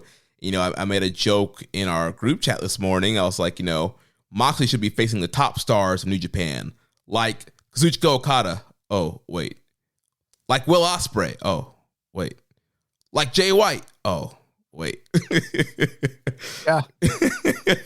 Yeah, most of those guys are gone. And then even like Minoru Suzuki, who would be a viable, maybe not contender, but a match that's marketable given their history. He's not even in the company anymore. So it's like, what are they going to do? You know what I mean? And again, I said it earlier in the show, New Japan's in this position because of their own faults in a lot of cases. It's not just, although I do think that AEW and WWE play a huge role in it. It's not just that they lost their talent. It's also that they didn't build the future properly to prepare them and get them ready for this very moment, which a lot of us kind of saw on the horizon for a while. You know what I mean? So I'm not sure why they didn't. But I think that it's one of those things, like obviously whatever is the last thing that happens on a show is the lasting impression that people have and can often be the thing that most people talk about. But this show, top to bottom, I think that the Chicago show, for my money, was maybe a little bit better, but this show like built. It never dropped. It had great matches all the way through. The quality was there. There were surprises. There was good booking, and the main event was blow away. And then, some fans on either the AEW or even the New Japan side are complaining about this booking at the end here, as if that's the only thing that happened on the show. And it's just, I don't know, it's kind of bad faith, honestly, in my opinion, because the show, either people didn't watch the show or they allowed themselves to get so worked by one angle at the very, very end of the show, as if that's the only thing that matters, or the only, as if that tells the whole story of the company, when they put on a banger of a show, which is always a positive for the health of the company, and they drew a good number in America, which is another thing that is beneficial to their business. So I don't know. Yeah, lots of positives about this show. We have a few questions here. So first, Rambone says, I believe Shota Umino has the highest ceiling of the Reiwa generation. Am I crazy to think that? I realize Tsuji has accomplished more to date, but I feel like the big moments for Shooter are so much bigger.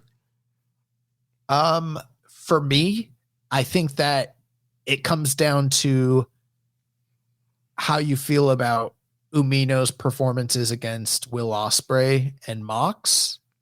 And you kind of have to compare that against Tsuji's performances against Goto in the New Japan Cup. And then maybe, I don't know, I guess you could also throw in his performance against Will Ospreay as well as Sonata, and like, where do they stack for you? For me personally, I am getting to the point. I have nothing but complimentary things to say about Shota Umino. I think he's extremely talented, but like I've said before, I think there are some things missing for me to like crown him like the ace. Although I think that when he hits. But Tsuji's the guy. To me, Tsuji's the guy, and I'm getting to the point where like I was hesitant to say like, oh, I always thought, I've always seen him in like he's the dark ace, he's going to be the Naito. He's going to be the Chono. I don't know, bro. I don't think he's the Nakamura. I think he's the Tanahashi. Like, he might be the fucking Okada of these guys. Yeah, like, dude, I don't know. So he just has it. The charisma, the in-ring work, the look. He looks like a star. The $1 million smile, like the aura. Like, there's just so much about him that, like, if he were to win the title, like the next show, I would believe it. I'd be like, he's believable as a champion. He's credible. Like, I see the star power, the crowd reaction. Like, there's so much positive. Like, we did the the Bret Hart wrestler scale during the pandemic, where we rated all the New Japan roster on the Bret Hart wrestler scale. Well, Tsuji would score very high on look, mic, work, it factor. And yeah, I think that they could fumble the bag with him if they don't push. Like, I get it, they don't want to give him the full Hulk Hogan push, but at some point, like, he needs to win more. They need to put the rocket on him. They need to go all in on him. I agree. Next question here from Def Triangle 720. Thoughts on Shota Umino's performance from Resurgence? I don't have much more to add. I think we already covered that in the review of the match, but I was blown away. Yeah, he was great. At Ring Art on Twitter says attending Resurgence was great, but making our way out of the building only to have Evil challenge was like having a shitty dessert after a great dinner, especially after a 90-minute drive from LA to be there. Is that how it came off for you guys? I watched this after I already knew.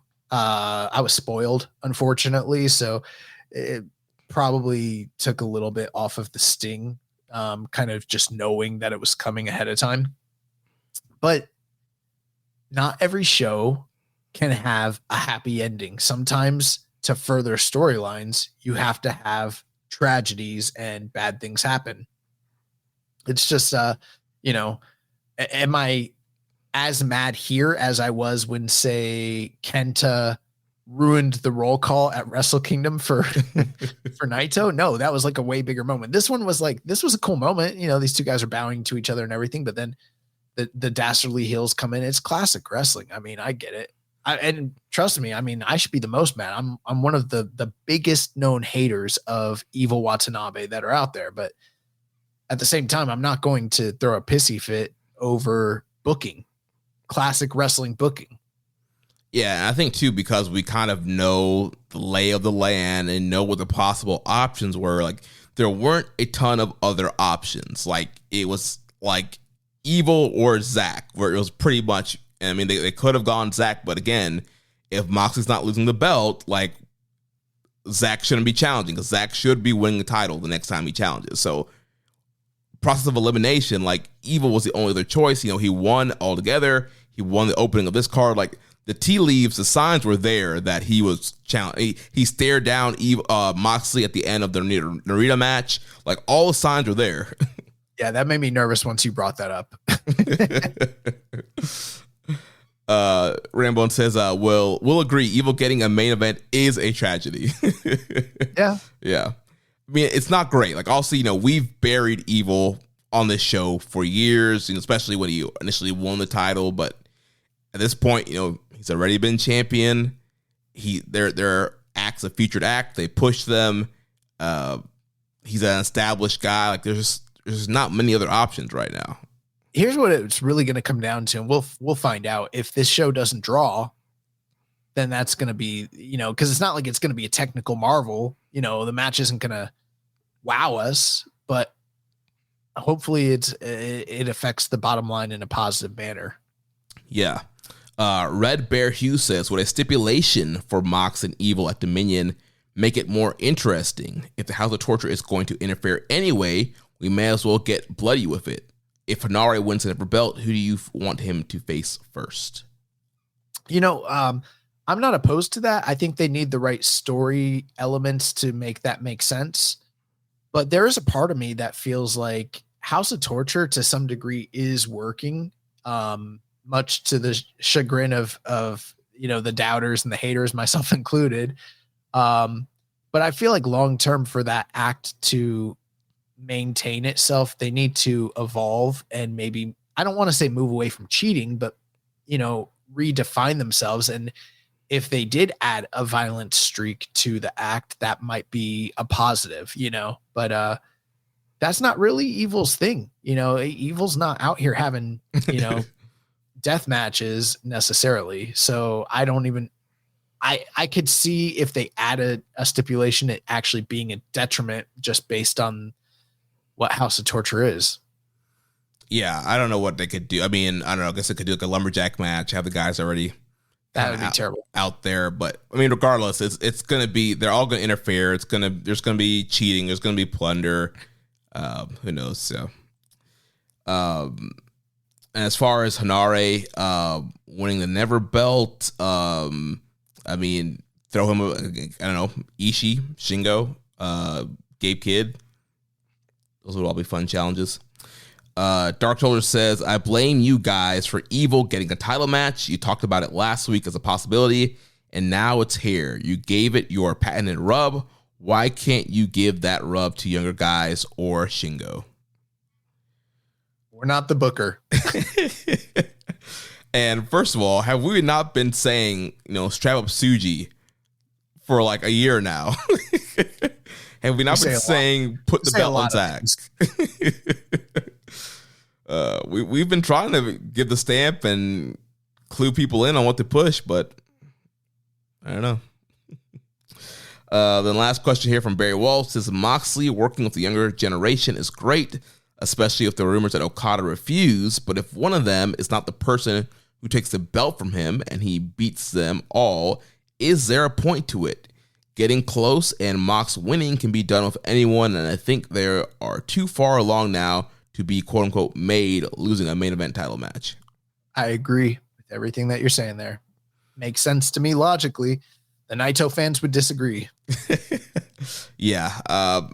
One of these young guys, and Tanahashi mentioned it, like somebody can get over really big by beating Moxley, and so I think long-term doing the Umino rematch and having him beat Moxley would be a big thing to catapult Umino.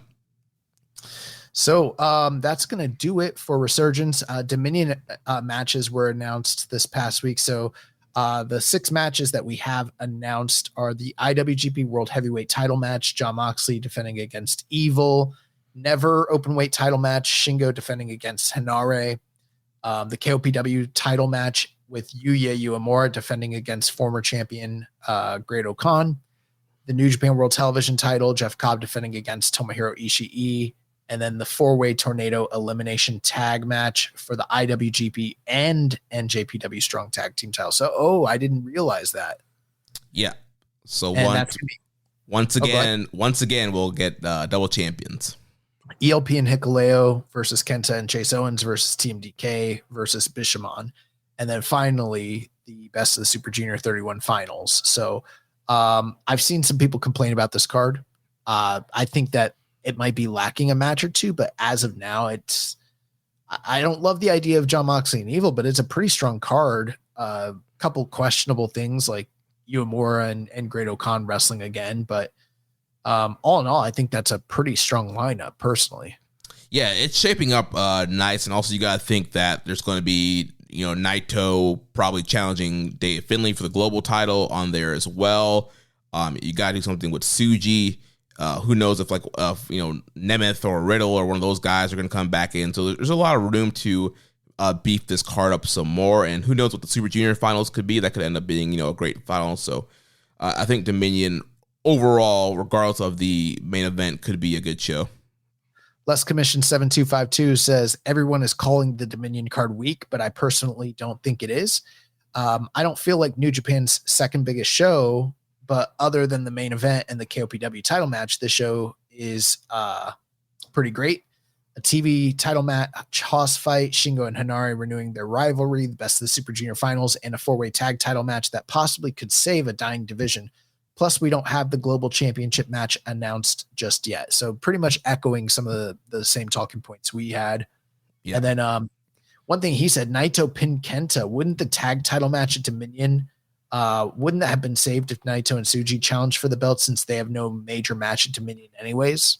Which is, I hadn't thought of that. I forgot that Chase and Kenta are the tag team champions.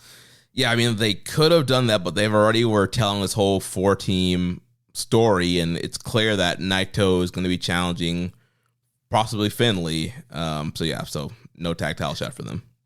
Death Triangle 720 says, what is the point of the 4-way if they just have a team hold both belts again? Which I agree. I think they need to merge these belts at this point. Yeah, this should be a unification match. So we are, we got, we're 2 hours plus into the show and we still got 2 nights of Super Juniors. How do you want to get through this shit?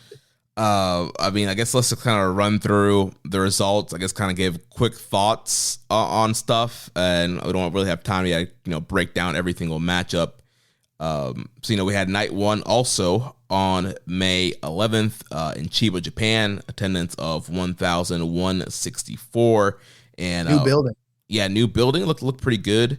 We had a 10-match card here, so show opened up. We had Francesco Akira defeating Dragon Dia for the B block. I thought it was a really great way to open the show. Dragon Dia, skateboard wrestler like Darby Allin, and I thought it was a really fun, energetic matchup. Agreed. Then we had Hayata defeating Bushi in 7 minutes and 5 seconds in the A block. Thought it was fine. I know a lot of people don't like Hayata, but I don't know. It was. I remember who Hayata is now. He's the guy that worked that Noah show when it was New Japan versus Noah, where he was the champion. I couldn't understand why he was the champion, and he had the one leg cut off for his gear, and he looked fucking shindy. So that's who Hayata is to me. Yeah, he gets his win. Hits a DT style face plant. Yeah, okay match. Then following that, we had in the B block Ninja Mac defeating Robbie Eagles 6 minutes and 51 seconds. Kind of a really high-paced matchup. A lot of pinfall counters. Towards the end, they were trading roll-ups, and Ninja Mac got the better of Robbie Eagles. I don't think Ninja Mac really got a chance to showcase all what he can do here because it was a pretty much a 7-minute sprint.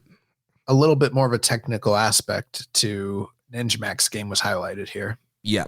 Question from Let's Commission 7252. I need you guys' honest opinion on my take on Robbie Eagles. His work in the ring tells me that he's a great wrestler and how he sells the pain and heartbreaking losses, but I don't see no character in him whatsoever as a wrestler. I enjoy the passion and fire in him with his post-match comments and post-match main event wins, but he's a little stale to me. Probably can say dull. He's away a lot and could be a visa trouble. If New Japan puts the trophy or belt on him again, I would like to see him stay and work the tours instead of coming back only when a tournament comes away or an undeserving title shot. Well, I mean, I would disagree. I think that I'm a big fan of Robbie Eagles. Certainly, do I think that there could be more highlight given to him as well as many of the other juniors in the company? I do. And I feel like maybe that's why sometimes there is a perception that these guys are not fully formed characters, especially if they're not on all the tours. It's probably because they're juniors and they're not afforded as much opportunity to showcase themselves in the same way that a lot of the heavyweight wrestlers are.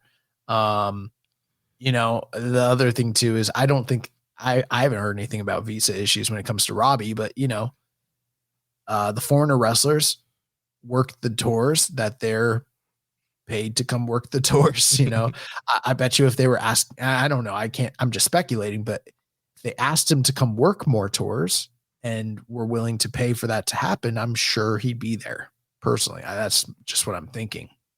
Yeah, I think Robbie's great. And I think, there could be a disconnect because he's not on the tours. But again, that's not his fault. Yeah, I'm sure if given the opportunity, he would be a more full-time member of the roster and be on all the tours. But like you mentioned, he's a junior. There's only so much that they do with the juniors throughout the year. It's a big time to spotlight him right now. But yeah, he's a great wrestler, great in-ring work, and I think there's a lot of great upside with him in the junior division. Moving on to the next matchup, his tag team partner in the A block, Kosei Fujita, defeats Yoshinobu Kanemaru 8 minutes and 23 seconds. Fujita getting a big win here with the Abandoned Hope on the veteran Kanemaru. Yeah, Master Heel's shtick did not work here. Then following that, we had the junior champion Show defeating Drilla Maloney 8 minutes and 13 seconds. Your classic, we're both in Bullet Club. We're going to pretend to get along at the beginning of the match, and then all kinds of shenanigans are going to happen, and then we're going to cheat, and Show out-cheated Drilla here. Yeah, I forgot that they're both Bullet Club, actually, until I realized like halfway through the match. Yeah, Show pulled out his War Dogs t-shirt and tried to, pull one over on Drilla there. Then following that in the A block, we had Blake Christian defeating the Wild Rhino 100 proof Clark Connors in 10 minutes, 52 seconds. I was a little surprised by this. I was a bit more impressed with Blake Christian the second night, but the first night, he's the one performer where I was like, I felt like he wasn't maximizing the minutes given to him. Yeah, he messed up that Fosbury flop. DT thing he does didn't work out well there for him. And, last time we saw him, he was, it's a normal high flying baby face, but clearly he's a heel now and he's, trying to get the crowds to boo him. So kind of an odd matchup here, especially facing off against a heel and Clark Connors. But yeah, he was better the second night. Then after that, in the B block, we had the Bone Soldier Taiji Ishimori defeating Doki. Like we mentioned, Ishimori had like a winning streak going into this tournament, so starts off his tournament with a big win here. Yeah, big win. Disappointing for Doki, but we move on. Then following that, we have the Jet Kevin Knight defeating the captain of the United Empire TJP in 15 minutes and 2 seconds. One of the best matches of the night. They were given a few more minutes to work than some of these other matches were, and Kevin Knight really impressed here. Picked up a much needed big victory on the first night. Yeah, Kevin Knight, fresh gear, has his new music, looked really good. Hits a move called the G5, his version of the F5, and then hits his big jumping DDT to get the big win. And yeah, kind of an upset win here, especially with kind of the push that TJP's been getting. So Kevin Knight locks in with 2 points. Then the semi-main event, we had Kushida defeating Hiromu Takahashi in 12 minutes and 24 seconds. Yeah, continuation of the storyline of Hiromu just being on a losing streak when it comes to singles matches. And him and Kushida, I really liked this match quite a bit. I think it could have had more juice to it if they'd been given some more time, but that's not the story they were telling. And Kushida was able to make Hiromu tap on the first night, which was really something. Yeah, so a big win there. Good start for Kushida. Then a question here from Les Commission. Last year, you guys predicted that Kushida would turn heel after the Boss J tournament. Do you guys think it will still happen if him or Kevin Knight score low points to the point where one is frustrated and join the sub-faction of either the War Dogs or Bullet Club? I wonder if those teams even need more juniors at this point. Honestly, I keep seeing people speculate about people joining them. I don't know, but I don't even remember predicting that at this point, but it kind of rings a bell now that you mention it. Kushida so far has surprised me, just the booking of him, because he won both nights. So didn't expect that at all. Yeah, and we got to keep in mind, he was a replacement for Yo, so maybe this was Yo's booking. Maybe Yo was going to be going on this opening winning streak, and the way that Kushida's been used, I doubt that there's a big, heel turn coming or he's going to join any other faction. I mean, they pretty much kind of bring him in whenever they need to do stuff with Kevin Knight. I don't really see a big, storyline for him anytime soon. Then the main event here on the night one from the A block, we had last year's finalists, Teton defeating El Desperado 14 minutes and 42 seconds. Yeah, very good main event. I think Desperado shines when he works with luchadors, and I thought that these guys had a really good match. I sort of expected Desperado to pick up the win since last year Teton beat him in the semifinals, but Teton was able to tap him out. A lot of first night surprises and unexpected victories, and Teton beating Desperado fit that mold as well. Yeah, really good first night here. Yeah, Teton uses his version of the Muda Lock to get the submission victory and get 2 points on the board for him. And then we had night two this morning, May 13th, from Corkin Hall. Had an attendance of 1,267. Nice packed house, really excited crowd. They were buzzing after every match graphic. This show had a lot of really good energy. Big improvement. Yeah. First matchup from the A block, we had Blake Christian defeating Kevin Knight. So like you mentioned, I thought Blake looked a little bit better here in this matchup, and he used a low, Kevin Knight was in the middle of the ropes, kicks the ropes in the low blow, and does the, I think with the 450, and he got the win over Kevin Knight there. One thing too, on night two, they had Robbie Eagles do commentary as a guest, which I thought was pretty good. But on night two, he was night one.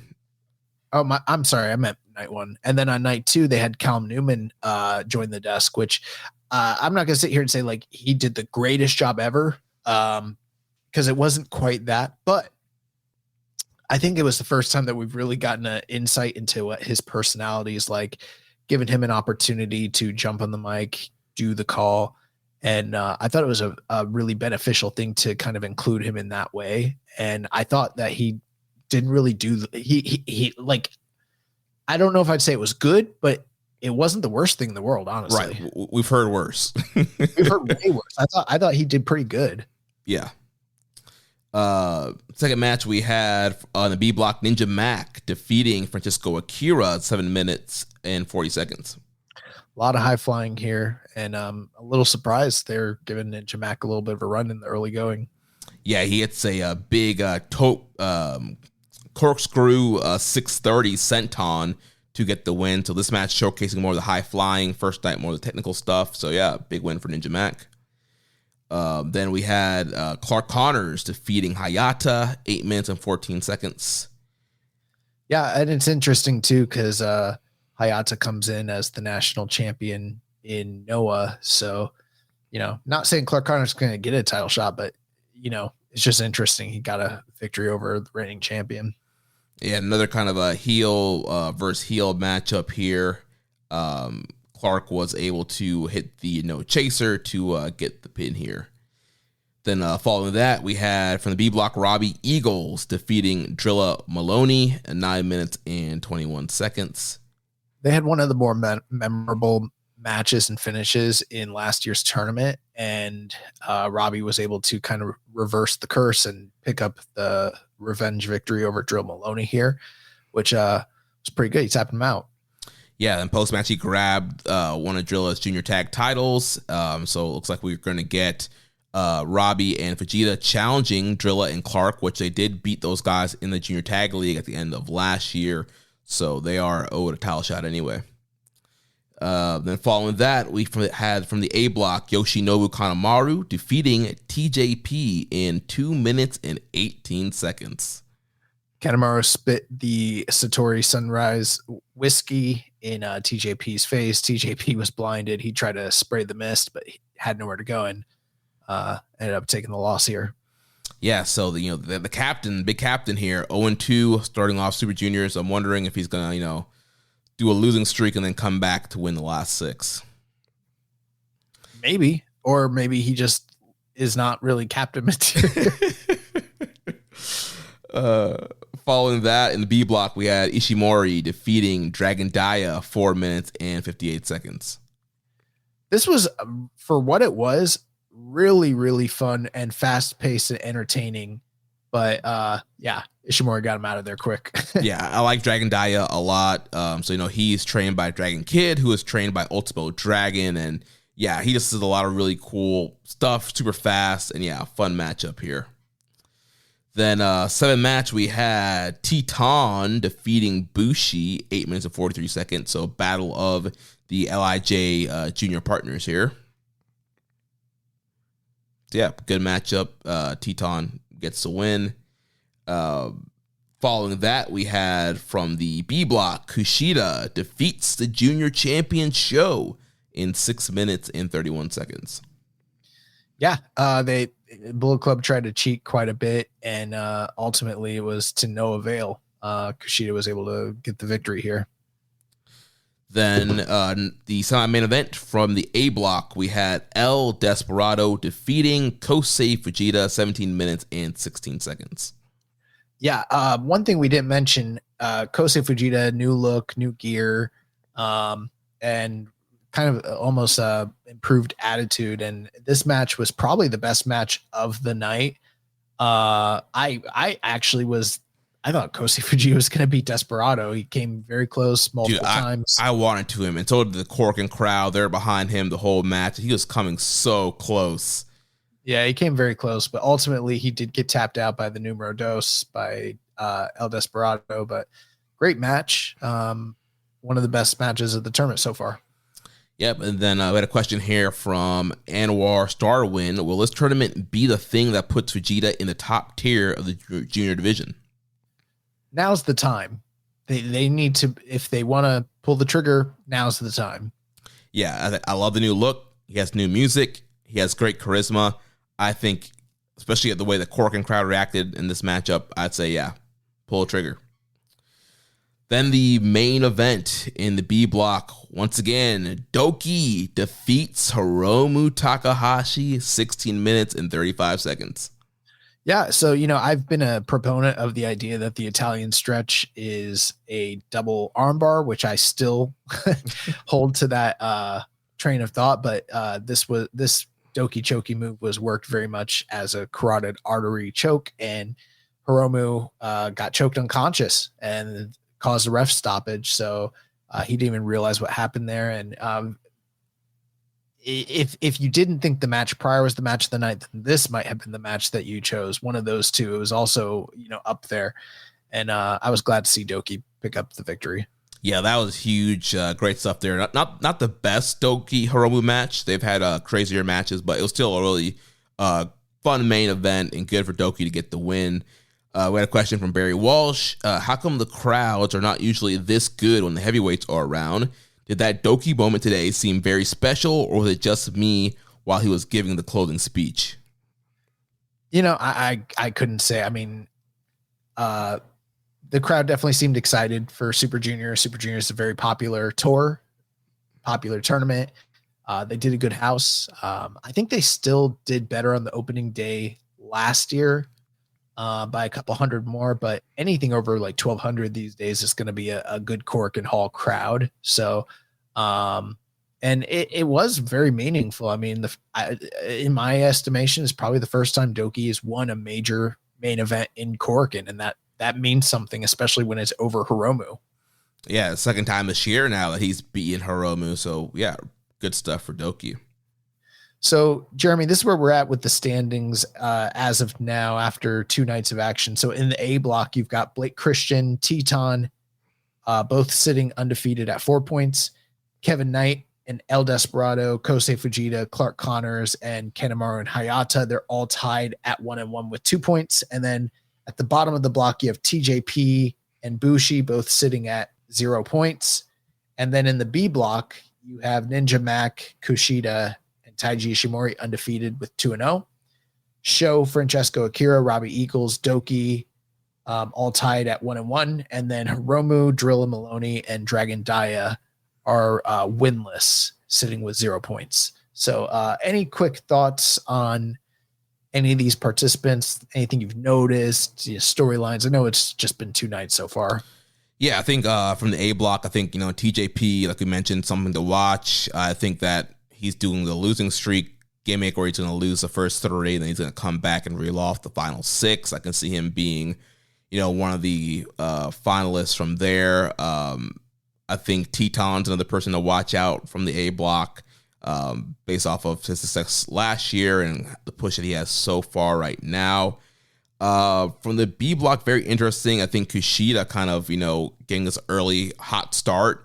It was very interesting, and him pinning Sho. I think he's going to be somebody to watch out for. Doki, big win over Hiromu. Then also the Hiromu losing streak. Like, how long is that going to continue? Is Hiromu even going to get out of the block?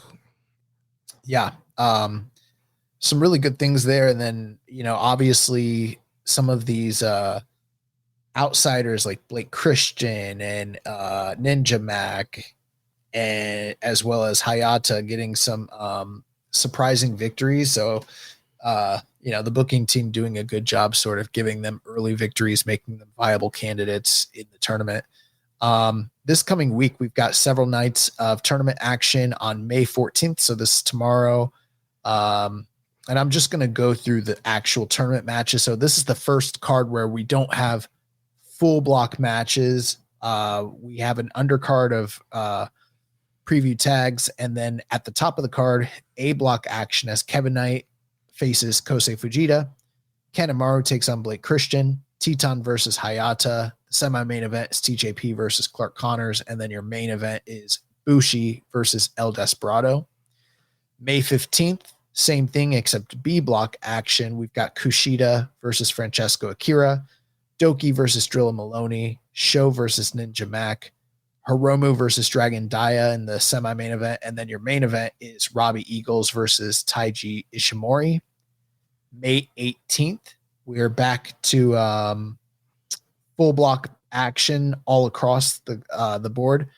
Drilla Maloney versus Francesco Akira, Bushi versus Kosei Fujita, Doki versus Dragon Daya, Kanemaru versus Kevin Knight, Taiji Ishimori versus Kushida, Teton versus Clark Connors, Hiromu versus Ninja Mac, TJP versus Hayata, Robbie versus Sho, and Desperado versus Blake Christian in the main event. And then finally on May the 20th, we are back to A block action with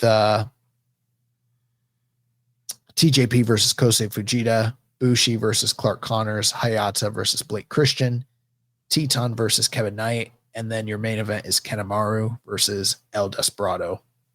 So packed week of action there. We'll be back next week to review all that and give a update on the tournament. Yeah, and we'll be able to kind of give more focused attention on the tournament itself. In the news, we had Walker Stewart's visa issues. They've been resolved, and he is back in Japan, and he will be on the call for these shows. The Despe Invitational is coming to NJPW World Pay-Per-View live in English on June the 10th. Jeff Cobb will be teaming with Kyle Fletcher to face John Moxley and Bryan Danielson this Wednesday on Dynamite. And Bad Dude Tito defeated Ricky Shane Page to become the new MLW National Openweight Championship champion. I think Kojima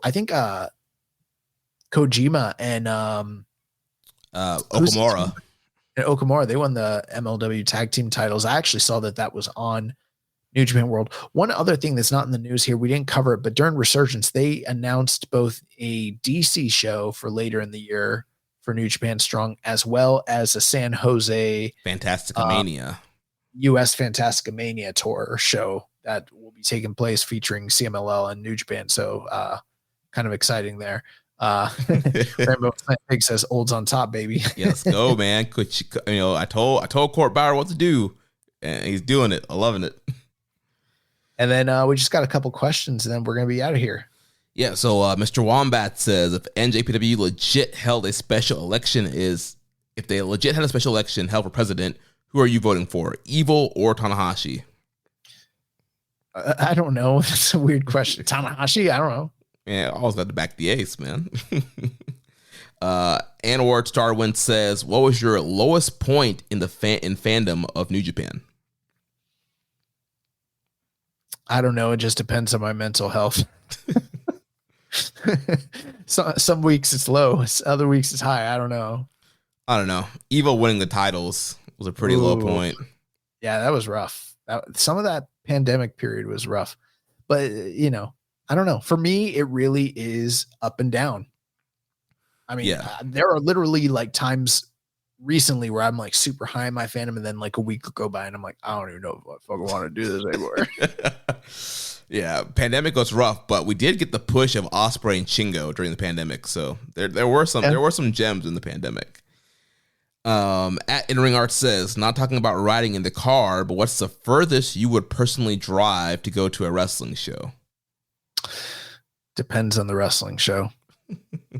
It does. Like we've driven far for like WrestleMania weekends, and and that's not just one show. That's like a multitude of shows and a whole weekend of events and stuff.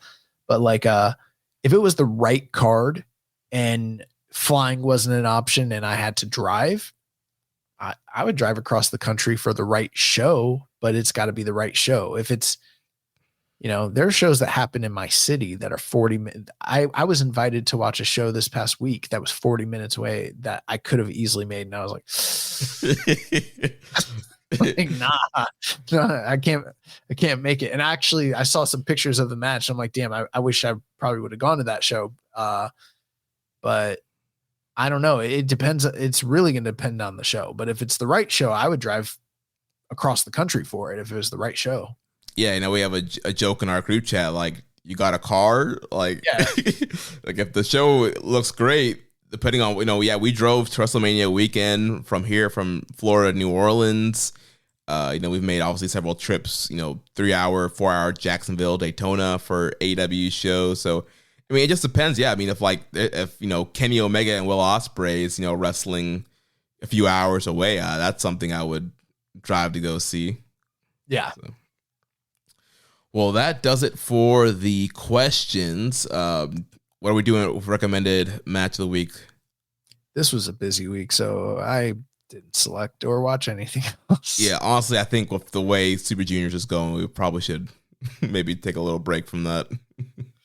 Yeah, unfortunately, unless there's like something super banger out there, I was worried that we weren't going to finish under the 3 hours, and I pushed us, and now we're at like 2 hours, 40 minutes. So I saved us like 20 minutes here.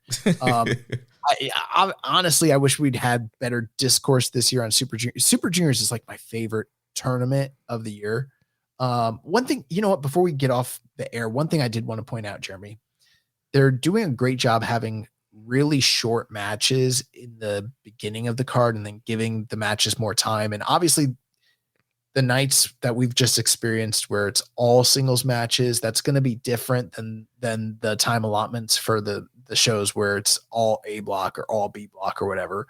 But one thing that I noticed that I'm not as big of a fan of is I don't like the idea on these nights where the matches that are given the smallest amount of time are always at the beginning. And then as the show progresses, they give them more and more and more time, because in kayfabe, I can find reasons why, from a strategy standpoint, why these guys who are working multiple nights might, give up a quicker victory than they would in other circumstances, just because of the nature of the tournament.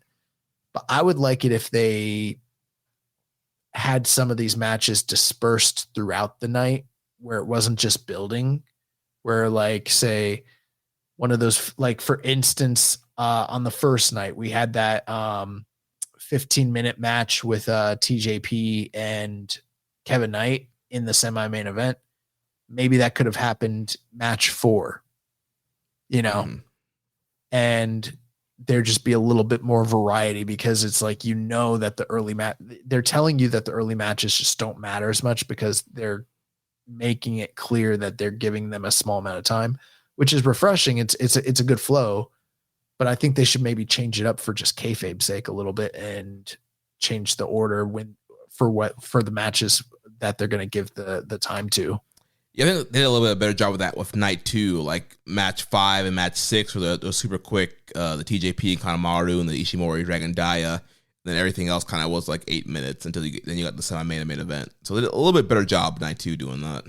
Somewhat, but at the same time, the semi-main event and the main event both got over 15. Everything else got sub 10. I would much rather maybe that semi-main event, maybe that happens match 5 in the middle of the card, Mm-hmm. Yeah. Just add a little bit more realism to it. I don't know. Yeah. Because it doesn't make sense from a logical standpoint why all the undercard matches are always under the time limit, and then only the semi-main event and the main event deliver, Yeah. What's the logic for that? The booking. Yeah. And they're showing their hand a little bit too much, in my opinion. Yeah. Well, next week we'll be back, and we'll have a little bit more time to go a little bit more in depth the tournament, break it down, talk about the next upcoming matches.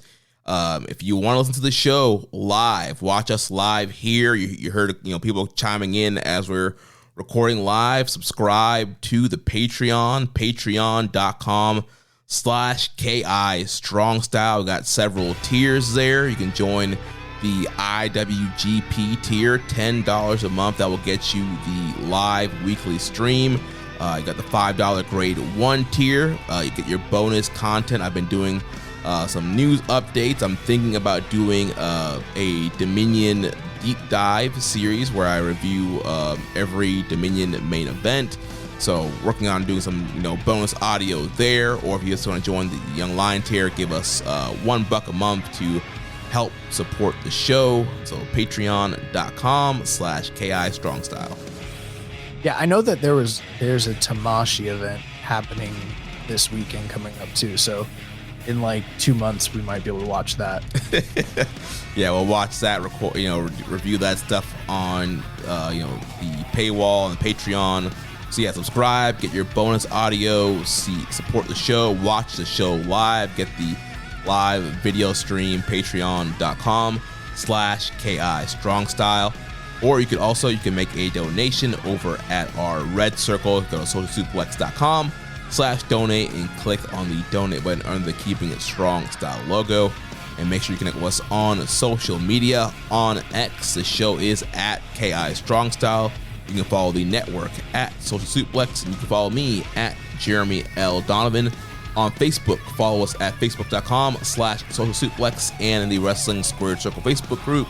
On Reddit, I am the Pro Black Guy. Josh is Keeping It Strong Style. On YouTube, we are at Social Suplex. You can join the Social Suplex Discord server to interact with us and other wrestling fans. And you can email me, Jeremy at socialsuplex.com.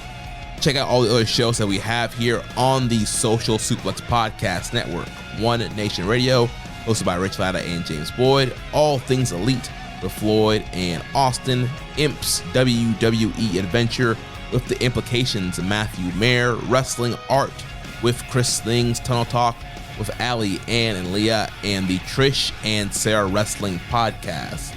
Don't forget to subscribe and leave a rating and review, and we will catch you next week on Keeping It Strong Style, the ace of podcasts.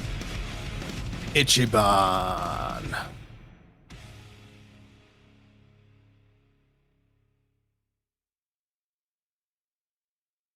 Primary Election Day is Tuesday, June 4th. Now is the time to make a plan.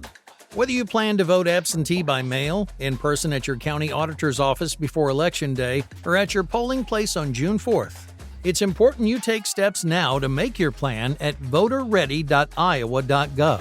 Remember, Election Day is Tuesday, June 4th. Find more info at voterready.iowa.gov. This message is presented by the Iowa Secretary of State.